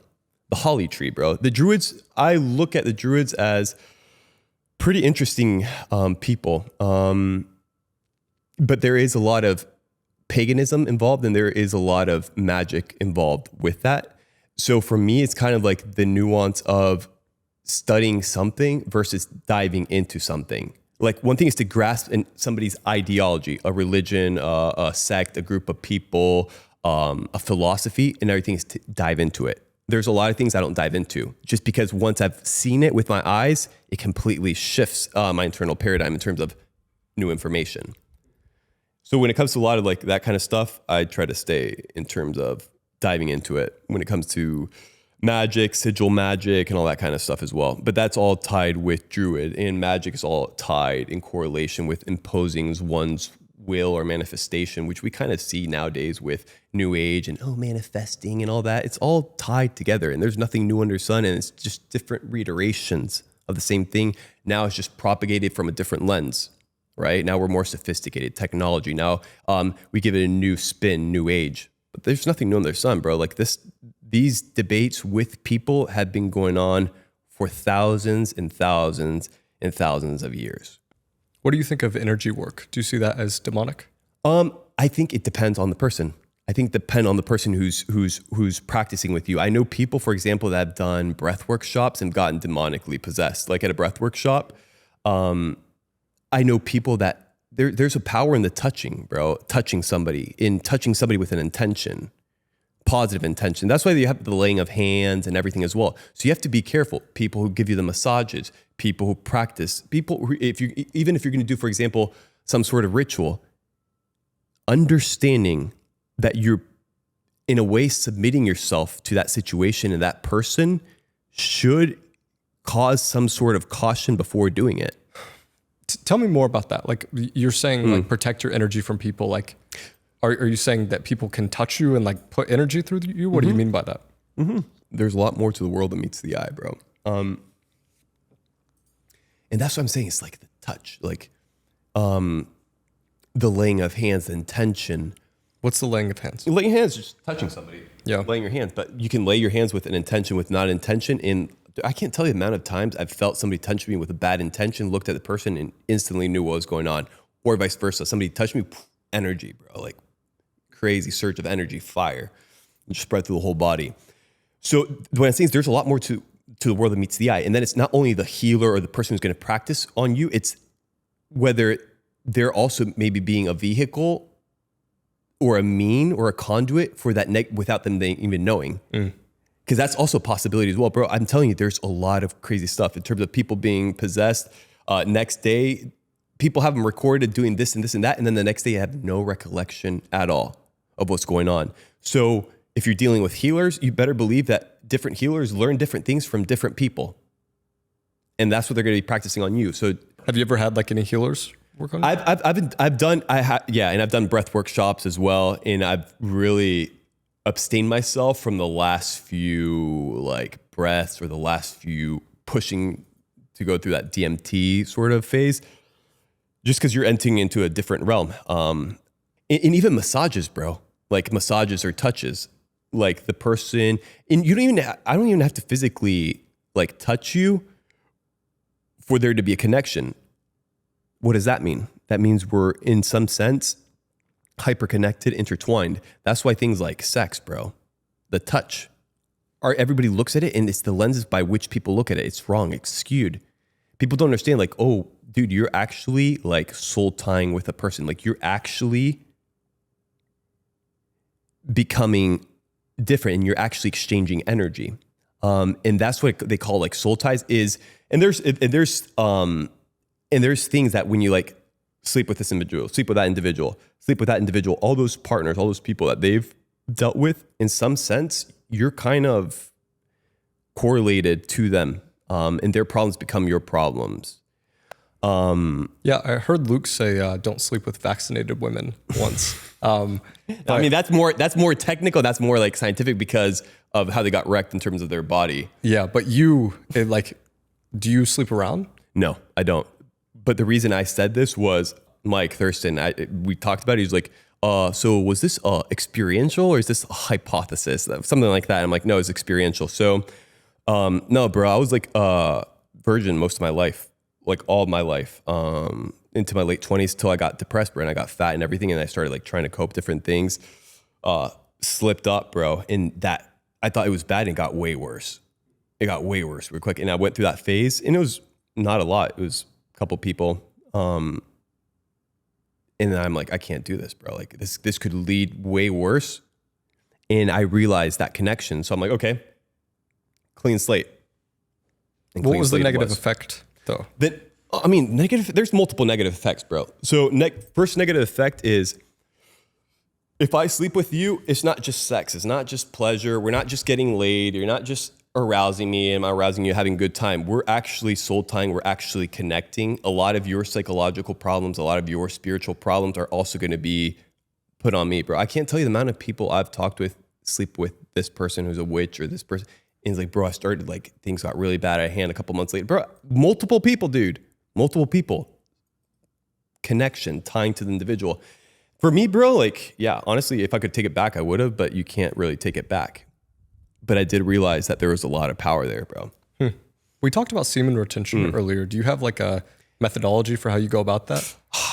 First of all, it's what you consume with the eyes. Because if I start entertaining a lot of nudity, if I start entertaining a lot, that's what's going to be going into my mind. And dude, I'm not perfect by any means, but I can tell you there's tons of strategies that you can do that will make porn or will make lust not feel so strong. And it's very interesting because you still have the battles, like dealing with it. It just feels completely different. I can tell you, first thing you can do, bro, if you're watching porn on the screen, if you triple click the red light or you do it on the computer, way less dopamine just from the color itself. Second of all, it's understanding what you're actually doing, what's actually going on, bro. Like, I get it. People are lonely. There's incels. There's a bunch of stuff going on. Men can't trust women. Women can't trust men. They're bad. It's a nasty party, bro. But realizing that you have to take care of it in terms of taking care of your psyche, in terms of taking care of your health, a lot of it has to do with sexual energy. A lot of it has to do with energy. And in terms of semen retention, bro, that's what you create. That's the life force, bro. And you have everybody, bro. You ejaculate, oh, you feel a little bit tired, this, that. Now, I'm not telling people count 500, 600, 700 days. I'm saying just abstain from it as much as possible. Don't get laid, avoid porn. If you do fall, don't feel bad and lash at yourself and be like, I can never do this, or I'm going to give up. It's kind of like, why did I fall? Like, actually fucking analyze that. Like, what thought led to what? Because I didn't want to do this, but something that really helps me, bro, flexing my legs, squeezing my buttocks, squeezing my biceps, because I have a lot of blood going from my penis to my other extremities. Then cold water under the testicles, cold shower, focusing on my breathing. And then realizing where my mind, where my spirit is going to take me after I've done the masturbation or once I've done the ejaculation, all that. If there's shame, if there's indignity, if there's that feeling of negativity, lean into that, because that's how you're going to feel after that happens. That's one thing. And then it's realizing that you can actually do it. If people have done it in the past, you can do it as well, bro. And it's literally an ongoing battle. It's every day. Wake up, welcome to the grind. But I can tell you it becomes a lot easier if you start avoiding a lot of the noise. A lot. Bro, I can show you my, bro, it's comedy, bro. I show you my DMs, bro, all the OnlyFans chicks, all DMs, fake people, whatever. Sex. I'm like, bro, like what? Like what? Wasted energy everywhere, dude. Wasted energy everywhere. Another thing, if they tell you, bro, if they're telling you it's good for you, if they're telling you, just give in to it. It's the watering down of the individual, of the essence of each person. It's pure chaos, bro. And you see it, bro. You see we're a society that is inclined towards conservative views, conservative beliefs, how that plays out. And then a society that's completely depraved, like Sodom and Gomorrah. You go to Sodom and Gomorrah right now, you still got the hail there, bro. So the sulfur inside, that's still there, bro. You can go right now, pick it up and burn it. And it's some of the most purest sulfur on planet Earth, 90%. That city was burned, bro. Those people had different beliefs, bro.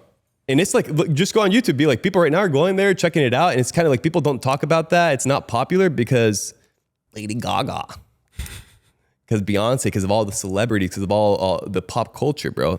Got you mesmerized with stupidity, real shit going on. Planet Earth. Yeah, we're constantly being force-fed all this noise, which makes you think they're catering it so you don't realize the other things that are happening. But yeah, I mean, that's something I've realized about biblical stuff, is how much physical evidence there is, especially if you... So much physical evidence. Like walk, I don't know, go to the Sea of Galilee, see where Jesus died, all those things. But how does your phone kill your testosterone? So phone... There's studies with 2G technology, with 4G technology, and what it does to humans. It's already published. There's already patents out there, and it's not good. You start incrementing the power so it's more effective, right? So we can 5G, perfect. You're going to get results, and they're not going to be as good because 2G and 4G already have the statistics. I can tell you, bro, not all the time, but if sometimes when I'm in a fasted state, when I'm more in tune, I can notice apparatus, if it's on, if it's off in my body. You can perceive the heat, but the radiation of the 5G does play a physical role in the body. We're made up of water. We know there's some sort of component that affects us as human beings with electricity, light, water, magnetism. I don't really understand what the 5G does. The 5G, but I will say that one I've noticed directly, and maybe I'm not as in tune with you because I'm not as healthy or as like in these fasted states, but if you sleep with your phone next to your head, it's really hard to get good sleep. But if you move your phone like in another room, like you can fall asleep very quickly. And that's something like anyone can do just at home. But like, why is that? Like, what is...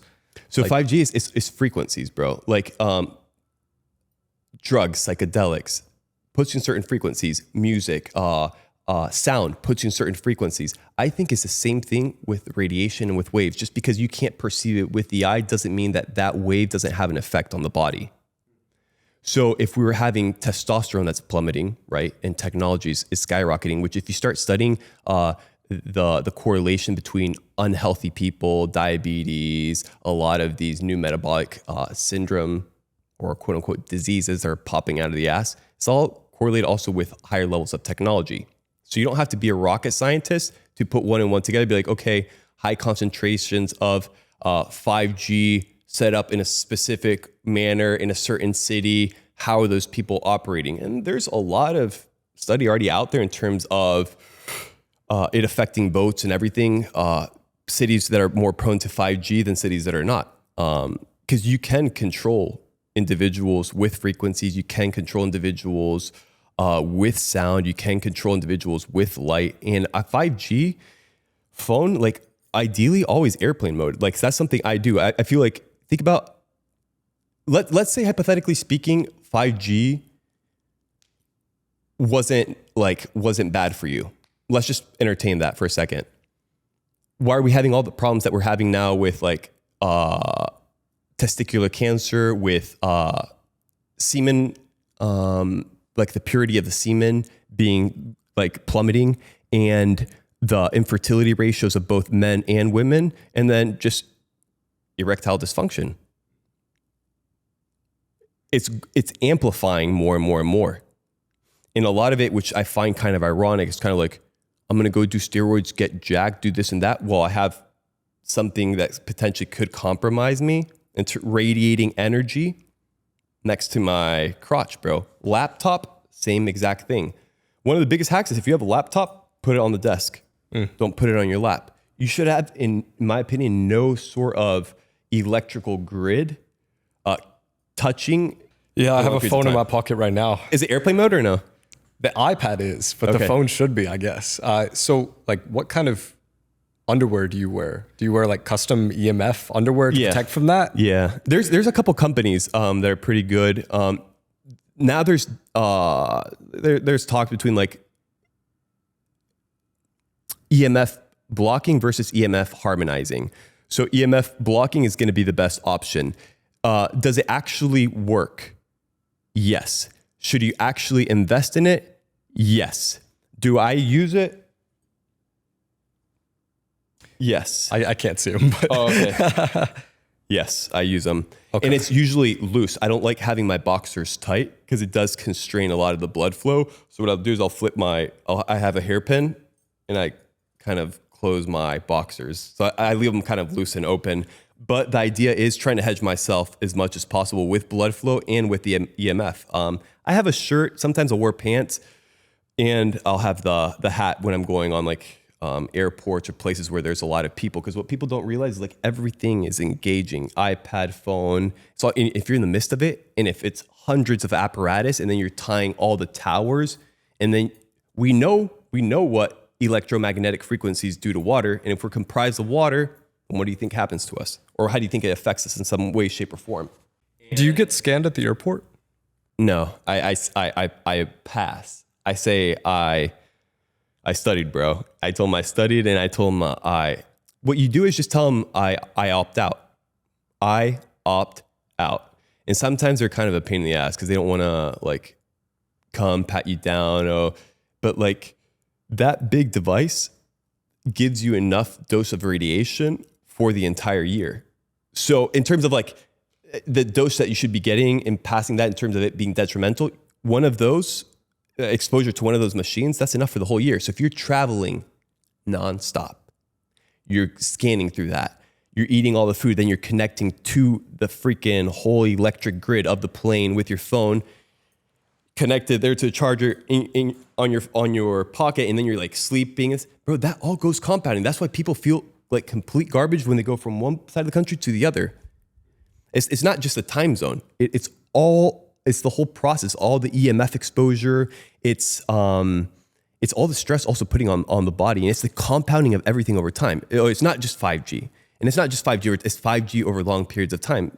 There's tons of people, bro, reporting issues that they live next to a tower and they have a pool and the pool potentiated it. And it's not only 5G, it's things like if you sleep in a room and you got the refrigerator or some sort of generator on the other side, that electrical device is going to have some sort of impact on your system. Or just doing things that are simple, like moving an inch or 2 inches off the back of the wall where all the electric grid is, I've noticed massive difference. Just those small things. I usually sleep on a futon floor. Sometimes I'll do PMF, but away from any sort of electrical grid, bro. And no phone around me. Like, you said you sleep on a futon, so you Japanese. don't sleep on a bed? No. Well, when I'm traveling, I do sleep on a bed because I'm forced to. I could technically sleep on the floor, but the floor is a little bit harder. Japanese futon, it changed my life. In terms of, I still had an aesthetic physique. I got shredded, but I had a pretty severe knot on the back of my back that really hurt. I'm talking about like really hurt. And I think a lot of it was the soft mattress just encapsulating that posture. So I started sleeping on the floor. I started doing a lot of stretching, ranges of motion that I didn't do before, a lot of thoracic movement, and I'm already feeling great after 4 or 5 months. But I've been sleeping on the floor for like a year now. Yeah. And what's the science behind that? It's just like you're resting on your skeleton instead of your No, muscle? I mean, so I don't know what science, because science always changes, bro. Let's say the logic. Yeah. Okay, the logic is the following. First of all, hard surface, hard floor on the body. I think it's good putting that pressure. Having a soft body, bro, mushy body, then you got all the fluffy shoes. It's all debilitating pain. You're not developing any sort of strength. Like you have people that train, they start punching the wall, start developing calluses. Their body is starting to adapt based on the prompt that you give it. You sleeping on a hard floor, any sort of pains, any sort of knots, it's uncomfortable, but once you get used to it, it helps with all of that.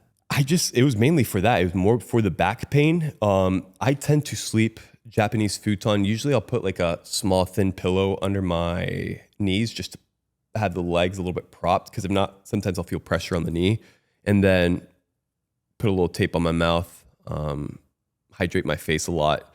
And yeah, I sleep on the floor. And I go to hotels, I'll sleep on the bed and I'm fine, but no, I like sleeping on the floor. I don't want to ask about mouth tape. I'll ask about it in a second. But how about your clothes? Like, is there anything particular about this? These are honestly just cotton, nothing too crazy. All I do like wearing is loose clothing. And the fabrics do play a role. Like you can feel the fabrics irritate you, annoy you. Like I can tell you, when I was younger, I would go to the gym. Polyester pants, polyester underwear. And I remember just like start working out, warming up, and just feeling like itchy, irritated and all that. It's kind of like, yeah, dude, you're perspiring, you're starting to warm up the body, your pores are opening up, and then you're rubbing all of that. I started switching up the clothing. Massive difference, bro. I don't get itchy. And maybe also it was the bad lotions and the creams I was using. There's also the detergent, probably. That was a big one for me. I switched out to a natural detergent, and like it helped with a lot of the acne I was getting, because every time I would work out, it would like produce sweat, then mix with the detergent and like fuck you up. But yeah, it's really interesting. It seems like nothing's good for you that's being sold to you. Do you eat or drink anything that touches plastic? Yeah, I do. Like the idea here is to hedge yourself as much as possible. So you understand like the detriments of microplastics, you understand the detriments of plastics, but like I'll buy a spring bottle and a plastic bottle at the store here and there if that's the only thing that there is. But ideally, if I can carry my bottle with me, stainless steel, copper, and grab spring water, that's what I tend to do. But I'm not like freaky about it. Like I understand what's good, what's not good, but if I need a compromise because there's nothing around me, I will. If you're in a situation where you can't kind of go to a spring and get water, like what are some good water brands to go for? Just anything glass or? I mean, I think you can look up online. That's the beautiful thing right now is like there's a lot of transparency with people doing tests on the bottles. So it kind of keeps the companies up to par. For example, Topo Chico, the quality completely changed when it got bought out, right? So those are things you kind of want to keep up with. My opinion is if you don't have local spring water, because if you have a local spring, one of the best things you can do is just get I'll get the plastic, the gallons that are thick, hard plastic, because glass just tends to shatter. It's happened before and it's dangerous. So I do it. It's just no exposure to sun.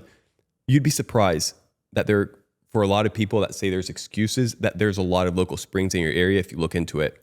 But if you don't have a local spring, I I think a reverse osmosis machine is fantastic because it gets rid of everything, but everything, both the good and the bad. So all of the electrolytes, all of the sodium, all the minerals, you strip all of that, which is good for you, but then you're also stripping all of the bad stuff, all of the fluoride, all of the poisonous peptides. So you kind of like just, I want to say dead water, but you just got water.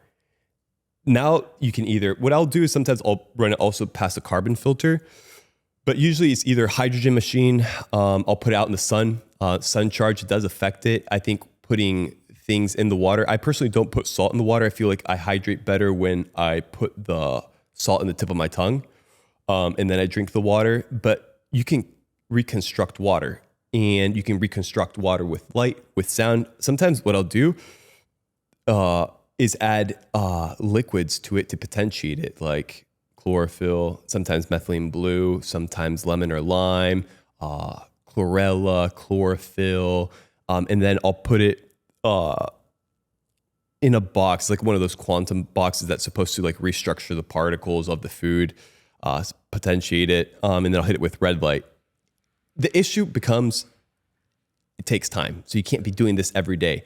But there's things I like doing, and one of the first things I like doing is grabbing that first drink that I have and hitting it with red light therapy, because it's not that hard. All you have to do is make the water. So if you're going to have dead water with reverse osmosis machine, you can get electrolytes, put it in there, put some lemon, some lime. You can put it out in the sun if you want. Some salt, tip of the tongue, because where salt goes, water flows, bro. Like, people don't realize you can drink all the water in the world, but if it's stripped of everything, it's just gonna go right through you, right? That's why reverse osmosis machine for me is a huge hack for shredding. So, because you're deaminating everything. So you like flush out really quick, but you have to be careful, because if you do reverse osmosis machine for long periods of time, you start getting cramps. You start getting, because you're missing a lot of the sodium, potassium, different things that you can get, minerals from the water. But it's a good strategy is the reverse osmosis machine, strip everything. And I'll do like warm water with a gourd and just shred, start introducing salt, sodium, electrolytes. What do you mean with a gourd? Like the gourd. So in Argentina, they have the mate gourd. So it's like a gourd. It's like a cup. And then you have a straw. It looks like a small pumpkin. It looks like a small right? pumpkin. Okay. And they actually make some gourds with pumpkin, which is kind of cool. They have all kinds. And then there's a pipe. And in the bottom of the pipe, there's a filter. And the filter is just supposed to filter out all the loose leaf tea and everything. But having hot water in that, bro, in the gourd with all of the herbs and steeping it and drinking that, that's how I got the physique that I have, bro, in terms of it being lean and dialed, because I'm deaminating everything, flushing the system. Like, bro, do coffee, you got to go to the bathroom. You do green tea, you're going to have a certain effect. And it's understanding, for example, I like green tea a lot, but it's a little bit bitter. And if I do overdo it, I throw up. It's just part of it. Like, do I like matcha? No. Matcha, I'm totally fine with matcha. And my body doesn't have an adverse reaction to it. But it's kind of cool. It's just like understanding those things, those nuances. And it's trying to incorporate it into your lifestyle. Everybody's routine is different. For me, it's kind of like trying new things and then not getting overwhelmed. Because if I'm there every single time with every single push and hitting it red light, boom, boom, I'm wasting all day doing that. But if you got certain habits, I'm like, okay, these are the non-negotiables. After I eat, okay, I'm gonna go for a walk at least 80 or 90% of the time. Okay, first thing I'm gonna start doing is understanding that what I drink matters. It can matter in terms of making me stupider, making me smarter, making me healthier, making me more hydrated, and just tap into the basics. Like, you can buy a reverse osmosis machine today or a carbon filter machine today. And in a couple years, a year, 2 years from now, you've already made your money back. Not in terms of fiat, but in terms of, I don't feel like I'm dumb anymore. Tap water, bro, I can't tell you tap water, how much it affects the human people. And then you have dumb people like the state of New York telling people to drink tap water because it's good for them. Hey, tap into good health. I never head out without my New York City tap water. Hot outside. I urge every New Yorker to drink up. Tap water is the best. Like, that's called propaganda. Do you eat raw meat? No. No? No. So raw meat is so, I was gonna be a joke. It's like, I'm not into adrenochrome, but that's also true. I'm not. I'm more into like chlorophyll. In terms of it being easier to digest, like the meat in terms of it being more bioavailable. And I think it's a lot better, like raw meat over cooked. I just personally don't like raw food, bro. Like raw blood, raw. And I feel like Have you done raw blood with raw milk? No, but I heard it's a crazy combo. I've done raw blood, but my own blood, because I cut it and I wanted to taste it, but not like just drinking animal blood, bro. I get it. Like there's people that do it, bro. I think they slightly might be a little bit addicted to adrenochrome, but it's good for digestion. I personally like cooking my meat, like stews, bro. You know how you get a good bone broth? You get a good crock pot where the meat is like falling off the bone. It's easy to digest and it's soft on the stomach. That's how I was like preparing my meals and preparing the meat, bro. Because I knew I didn't like raw, but I knew if I was charring my meat, if I'm cooking steaks well done and all that over long periods of time when I was overweight, would be harder for me to digest. And it would go stacking over time, especially if I start stacking rice and everything and all the carbs all the time. So I'm like, okay, the meat, I would grab it either the glass, what do you call them? The glass trays. And I would put coconut water sometimes. Sometimes I would put bone broth. Sometimes I'd just put water. And then all the spices, I would put the meat. I would put a stick of butter. I'd put olive oil, or I'd put it in the oven. Come back 30 minutes later, soft meat, all cooked, ready to go. Done. And I can tell you, start examining how you feel after your bowel movements. If your bowel, for example, if there's pain, what did you eat? What did you do? Don't do that again, bro. Because if you do it, it's going to keep compounding. I can't, bro. I go to public restrooms, bro, and the smells are literally preposterous. And I hear guys screaming like, ah, because it hurts, bro. It hurts because what they're pooping is not normal, bro. You said adrenochrome. You said people are addicted to adrenochrome. Yeah. People are, so adrenochrome, for people that don't know what adrenochrome is, it's something that you can find in blood, raw, and it's something that people can maximize and tap into if you put the subject in a certain state of fear before tapping into it. That's usually with the adrenal glands, how you cause the adrenochrome to occur. The irony is, it's that it's so addicting. It's so that you can kind of tell who might be on it, who might not, and then when they go off of it. And I feel like maybe there's some sort of karmic retribution for them doing it in the first place. Being able not to tap into the lifeblood, the source. You cut it off, what happens? I've never thought about the idea that people could be addicted to it. People are addicted to adrenochrome. It's super addicted. It's a huge market, bro. Get you hooked on it. Where do people get adrenochrome? I don't know. I don't sell it, bro. I have to ask the elites, bro. Interesting. Huh. Have you met people that you think are on adrenochrome? Yeah, but I'm not going to mention names. But you'd be surprised how many celebrities. What are the signs? I think the signs are youth. So I'm not saying I'm on adrenochrome. What I'm saying is youth isn't a sign. A sign is the eyes of a person. And I'm not saying you judge people. I'm just saying, and then listen to what they say. People will tell you, bro, I drink blood. Like, I'm into blood. I think it rejuvenates me. I feel good on it. Is it animal blood or? You can do animal blood. You can do human blood. You can do all kinds of blood, bro. I mean, blood's blood, bro. Blood's the life force. But yeah, people are addicted to it. And unfortunately, other people are suffering because of the addiction in the market. I just wanted to get a clearer picture on this. What is anime shreds? Okay. So I'll tell you what anime shreds is not.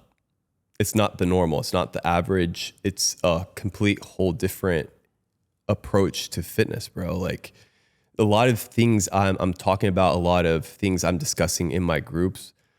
Some things are more private and I don't talk about in public, and other things are just different, dude.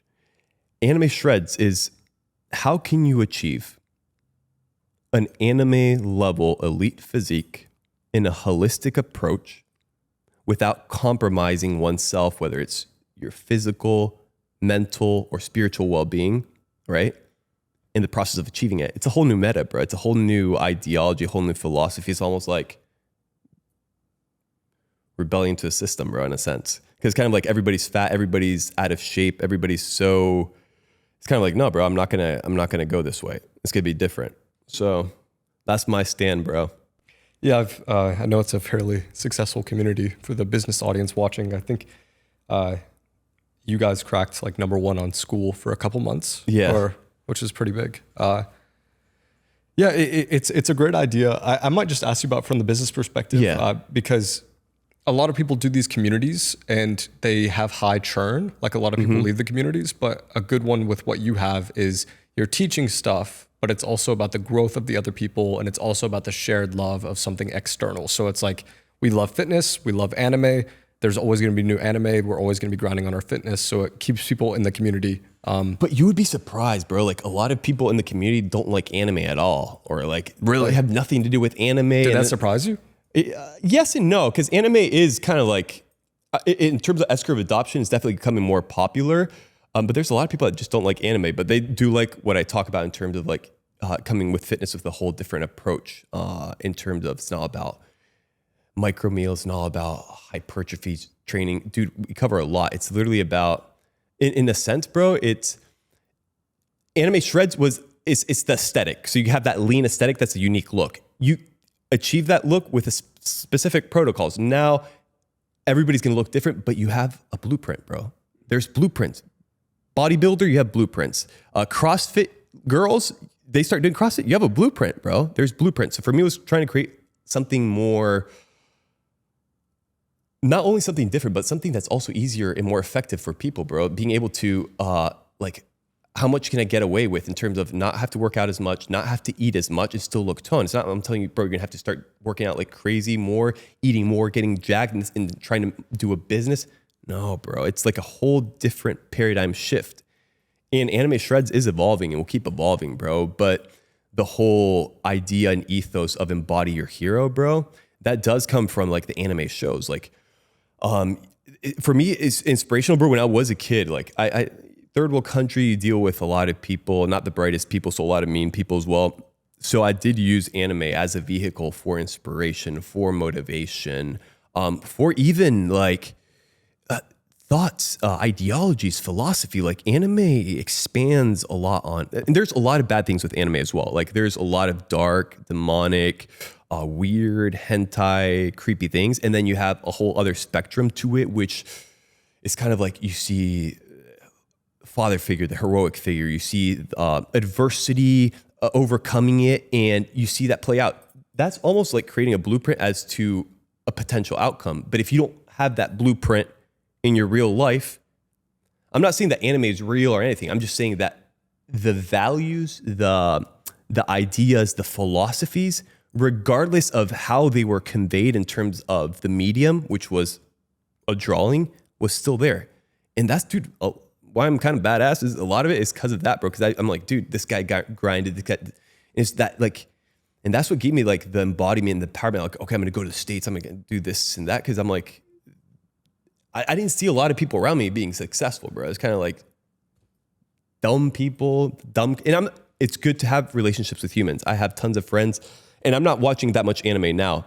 But when I was younger, bro, seeing those stereotypes of overcoming adversity, that like kindled me, bro. Or seeing like that elite physique, because anime characters, bro, some are like super shredded. I'm like, bro, imagine somebody could be like that in like real life. How crazy would that be? Yeah. There's a lot of emphasis on fitness in anime, which is kind of different than American cartoons, I would say. Way different. But just really quick, top 3 favorite animes. So I don't have top 3 favorite animes, but I'll give you 3 good, really animes that you should watch. And they're gonna be short because I don't want to. The one that got me into everything was Naruto. That was like the classic Naruto genre. It's probably the most popular anime. I would debate. Maybe Dragon Ball Z, One Piece. Those are the most popular. I wouldn't do that now if I was an adult because it's just a little bit too time consuming. Maybe you can like get recaps, but I would watch Psychopaths. It's going to give you a framework of what a dystopian future could look like if you introduce certain paradigms like technocratic forms of magic, like a global elite, like some sort of universal system. Perfect. You got some information as to potential outcomes there. Psychopaths 1. Second, first season, The Promised Neverland, children running away from demons, the whole adrenochrome, the whole farming. There's a lot of correlation there. So that's interesting one as well. 2. Third, what's a third good one? Something more light, more cool that can give you like a festive anime spirit to get an idea of like a cool anime that's short. Samurai Champloo. It's got like the music, the style, but I can tell you, bro, anime is just the medium. The people behind it, the intentions behind it, that's what counts. Same with Hollywood, different medium. Same with the journal, same with the news, different mediums, different people, different agendas, different results. So when you look at cartoons, I'm not saying, dude, their anime is so stupid, so retarded. I'm like, bro, this is literally making me dumb just looking at it. But then there's some good ones. Overall, cartoons, bro, is just a lot of entertainment. It's a lot of stupidity. It's a lot of subconscious attacks on the family, subconscious attacks on the father figure, right? Because if you're kind of looking at cartoons and you start developing the stereotypes, American Dad, The Simpsons, stupid father figure, joke. Then you engage with your father in real life.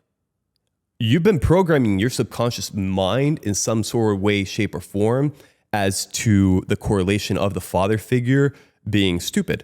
So if your dad has some sort of nuance of him being stupid or not the brightest person or not the sharpest tool in the shed, you can automatically have that thought towards your dad just with that. But if you had a different paradigm, like my dad works really hard, my dad grinds, like, and that's what I'm saying. It's like what you consume with your eyes kind of creates different frameworks, bro. Like the whole matrix. You can give a quick answer to this. What do you think of the memes? The memes? The Johnny Walker meme? Mm-hmm. I think it's hilarious. Were you in the war room sipping Johnny Walker with Tristan, or was it just Luke? I was in the war room, but I wasn't sipping Johnny Walker. I was sipping on some black coffee and water. Because here's the thing, bro. I don't think Luke knew what was going to happen. It was kind of like Luke was trying to be nice. He's like, bro, I'm going to get him a Johnny Walker because he really likes it. But then he didn't think he was going to be drinking with him because I think they kind of forced them. Because when they do business deals, my opinion, just based on how I saw the whole thing play down, kind of in the war room, like, all right, guys, it's about to go down. I think that's how they like doing business, is getting people that are like lightweight with alcohol, because then you can break the barriers and they start getting the questions to see if you're fake, if you're not, whatever. They told me to drink. I told them no. And I wouldn't have mind leaving on the spot. I told him no, and I told him like legit, bro, I was literally depressed. I'm like, and a lot of it alcohol was the thing. So Tristan was honestly kind of nice about that. He's like, let it slide. He's like, yeah, okay, you don't have to. Luke, you're drinking. And then the videographer had a concussion a couple months ago from football. He drank, bro. He got wrecked. But no, I didn't study in the war room, and I didn't sip Johnny Walker. But I can tell you something, memes, and I covered this with Mike, was memes can do so much. Memes can destroy an image, can elevate an image, can transform an image, can make millions for a company. Like, how many millions of dollars in ad revenue did Johnny Walker get from that, bro? Millions of dollars, bro. So imagine you could start tying into that into business, like some sort of correlation with memes, slogans, right? Mm-hmm. With business. Last question. Yeah. Nate, what's the best piece of advice you've ever received?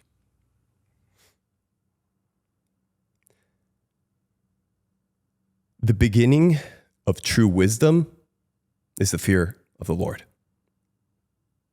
Simple, bro. The beginning of true wisdom is fear of the Lord. Beautiful. Well, everyone, this has been the Jack Neel Podcast. This is your guest, Nate Belmar. Where can people find you? Guys, you can find me, Mr. Belmar, anywhere. Anime Shreds. If you want to think things a little bit differently, and you're tired of the same paradigm, and you want to take action, I'll be waiting for you inside my dojo. Peace. Beautiful. Thanks for having me, bro.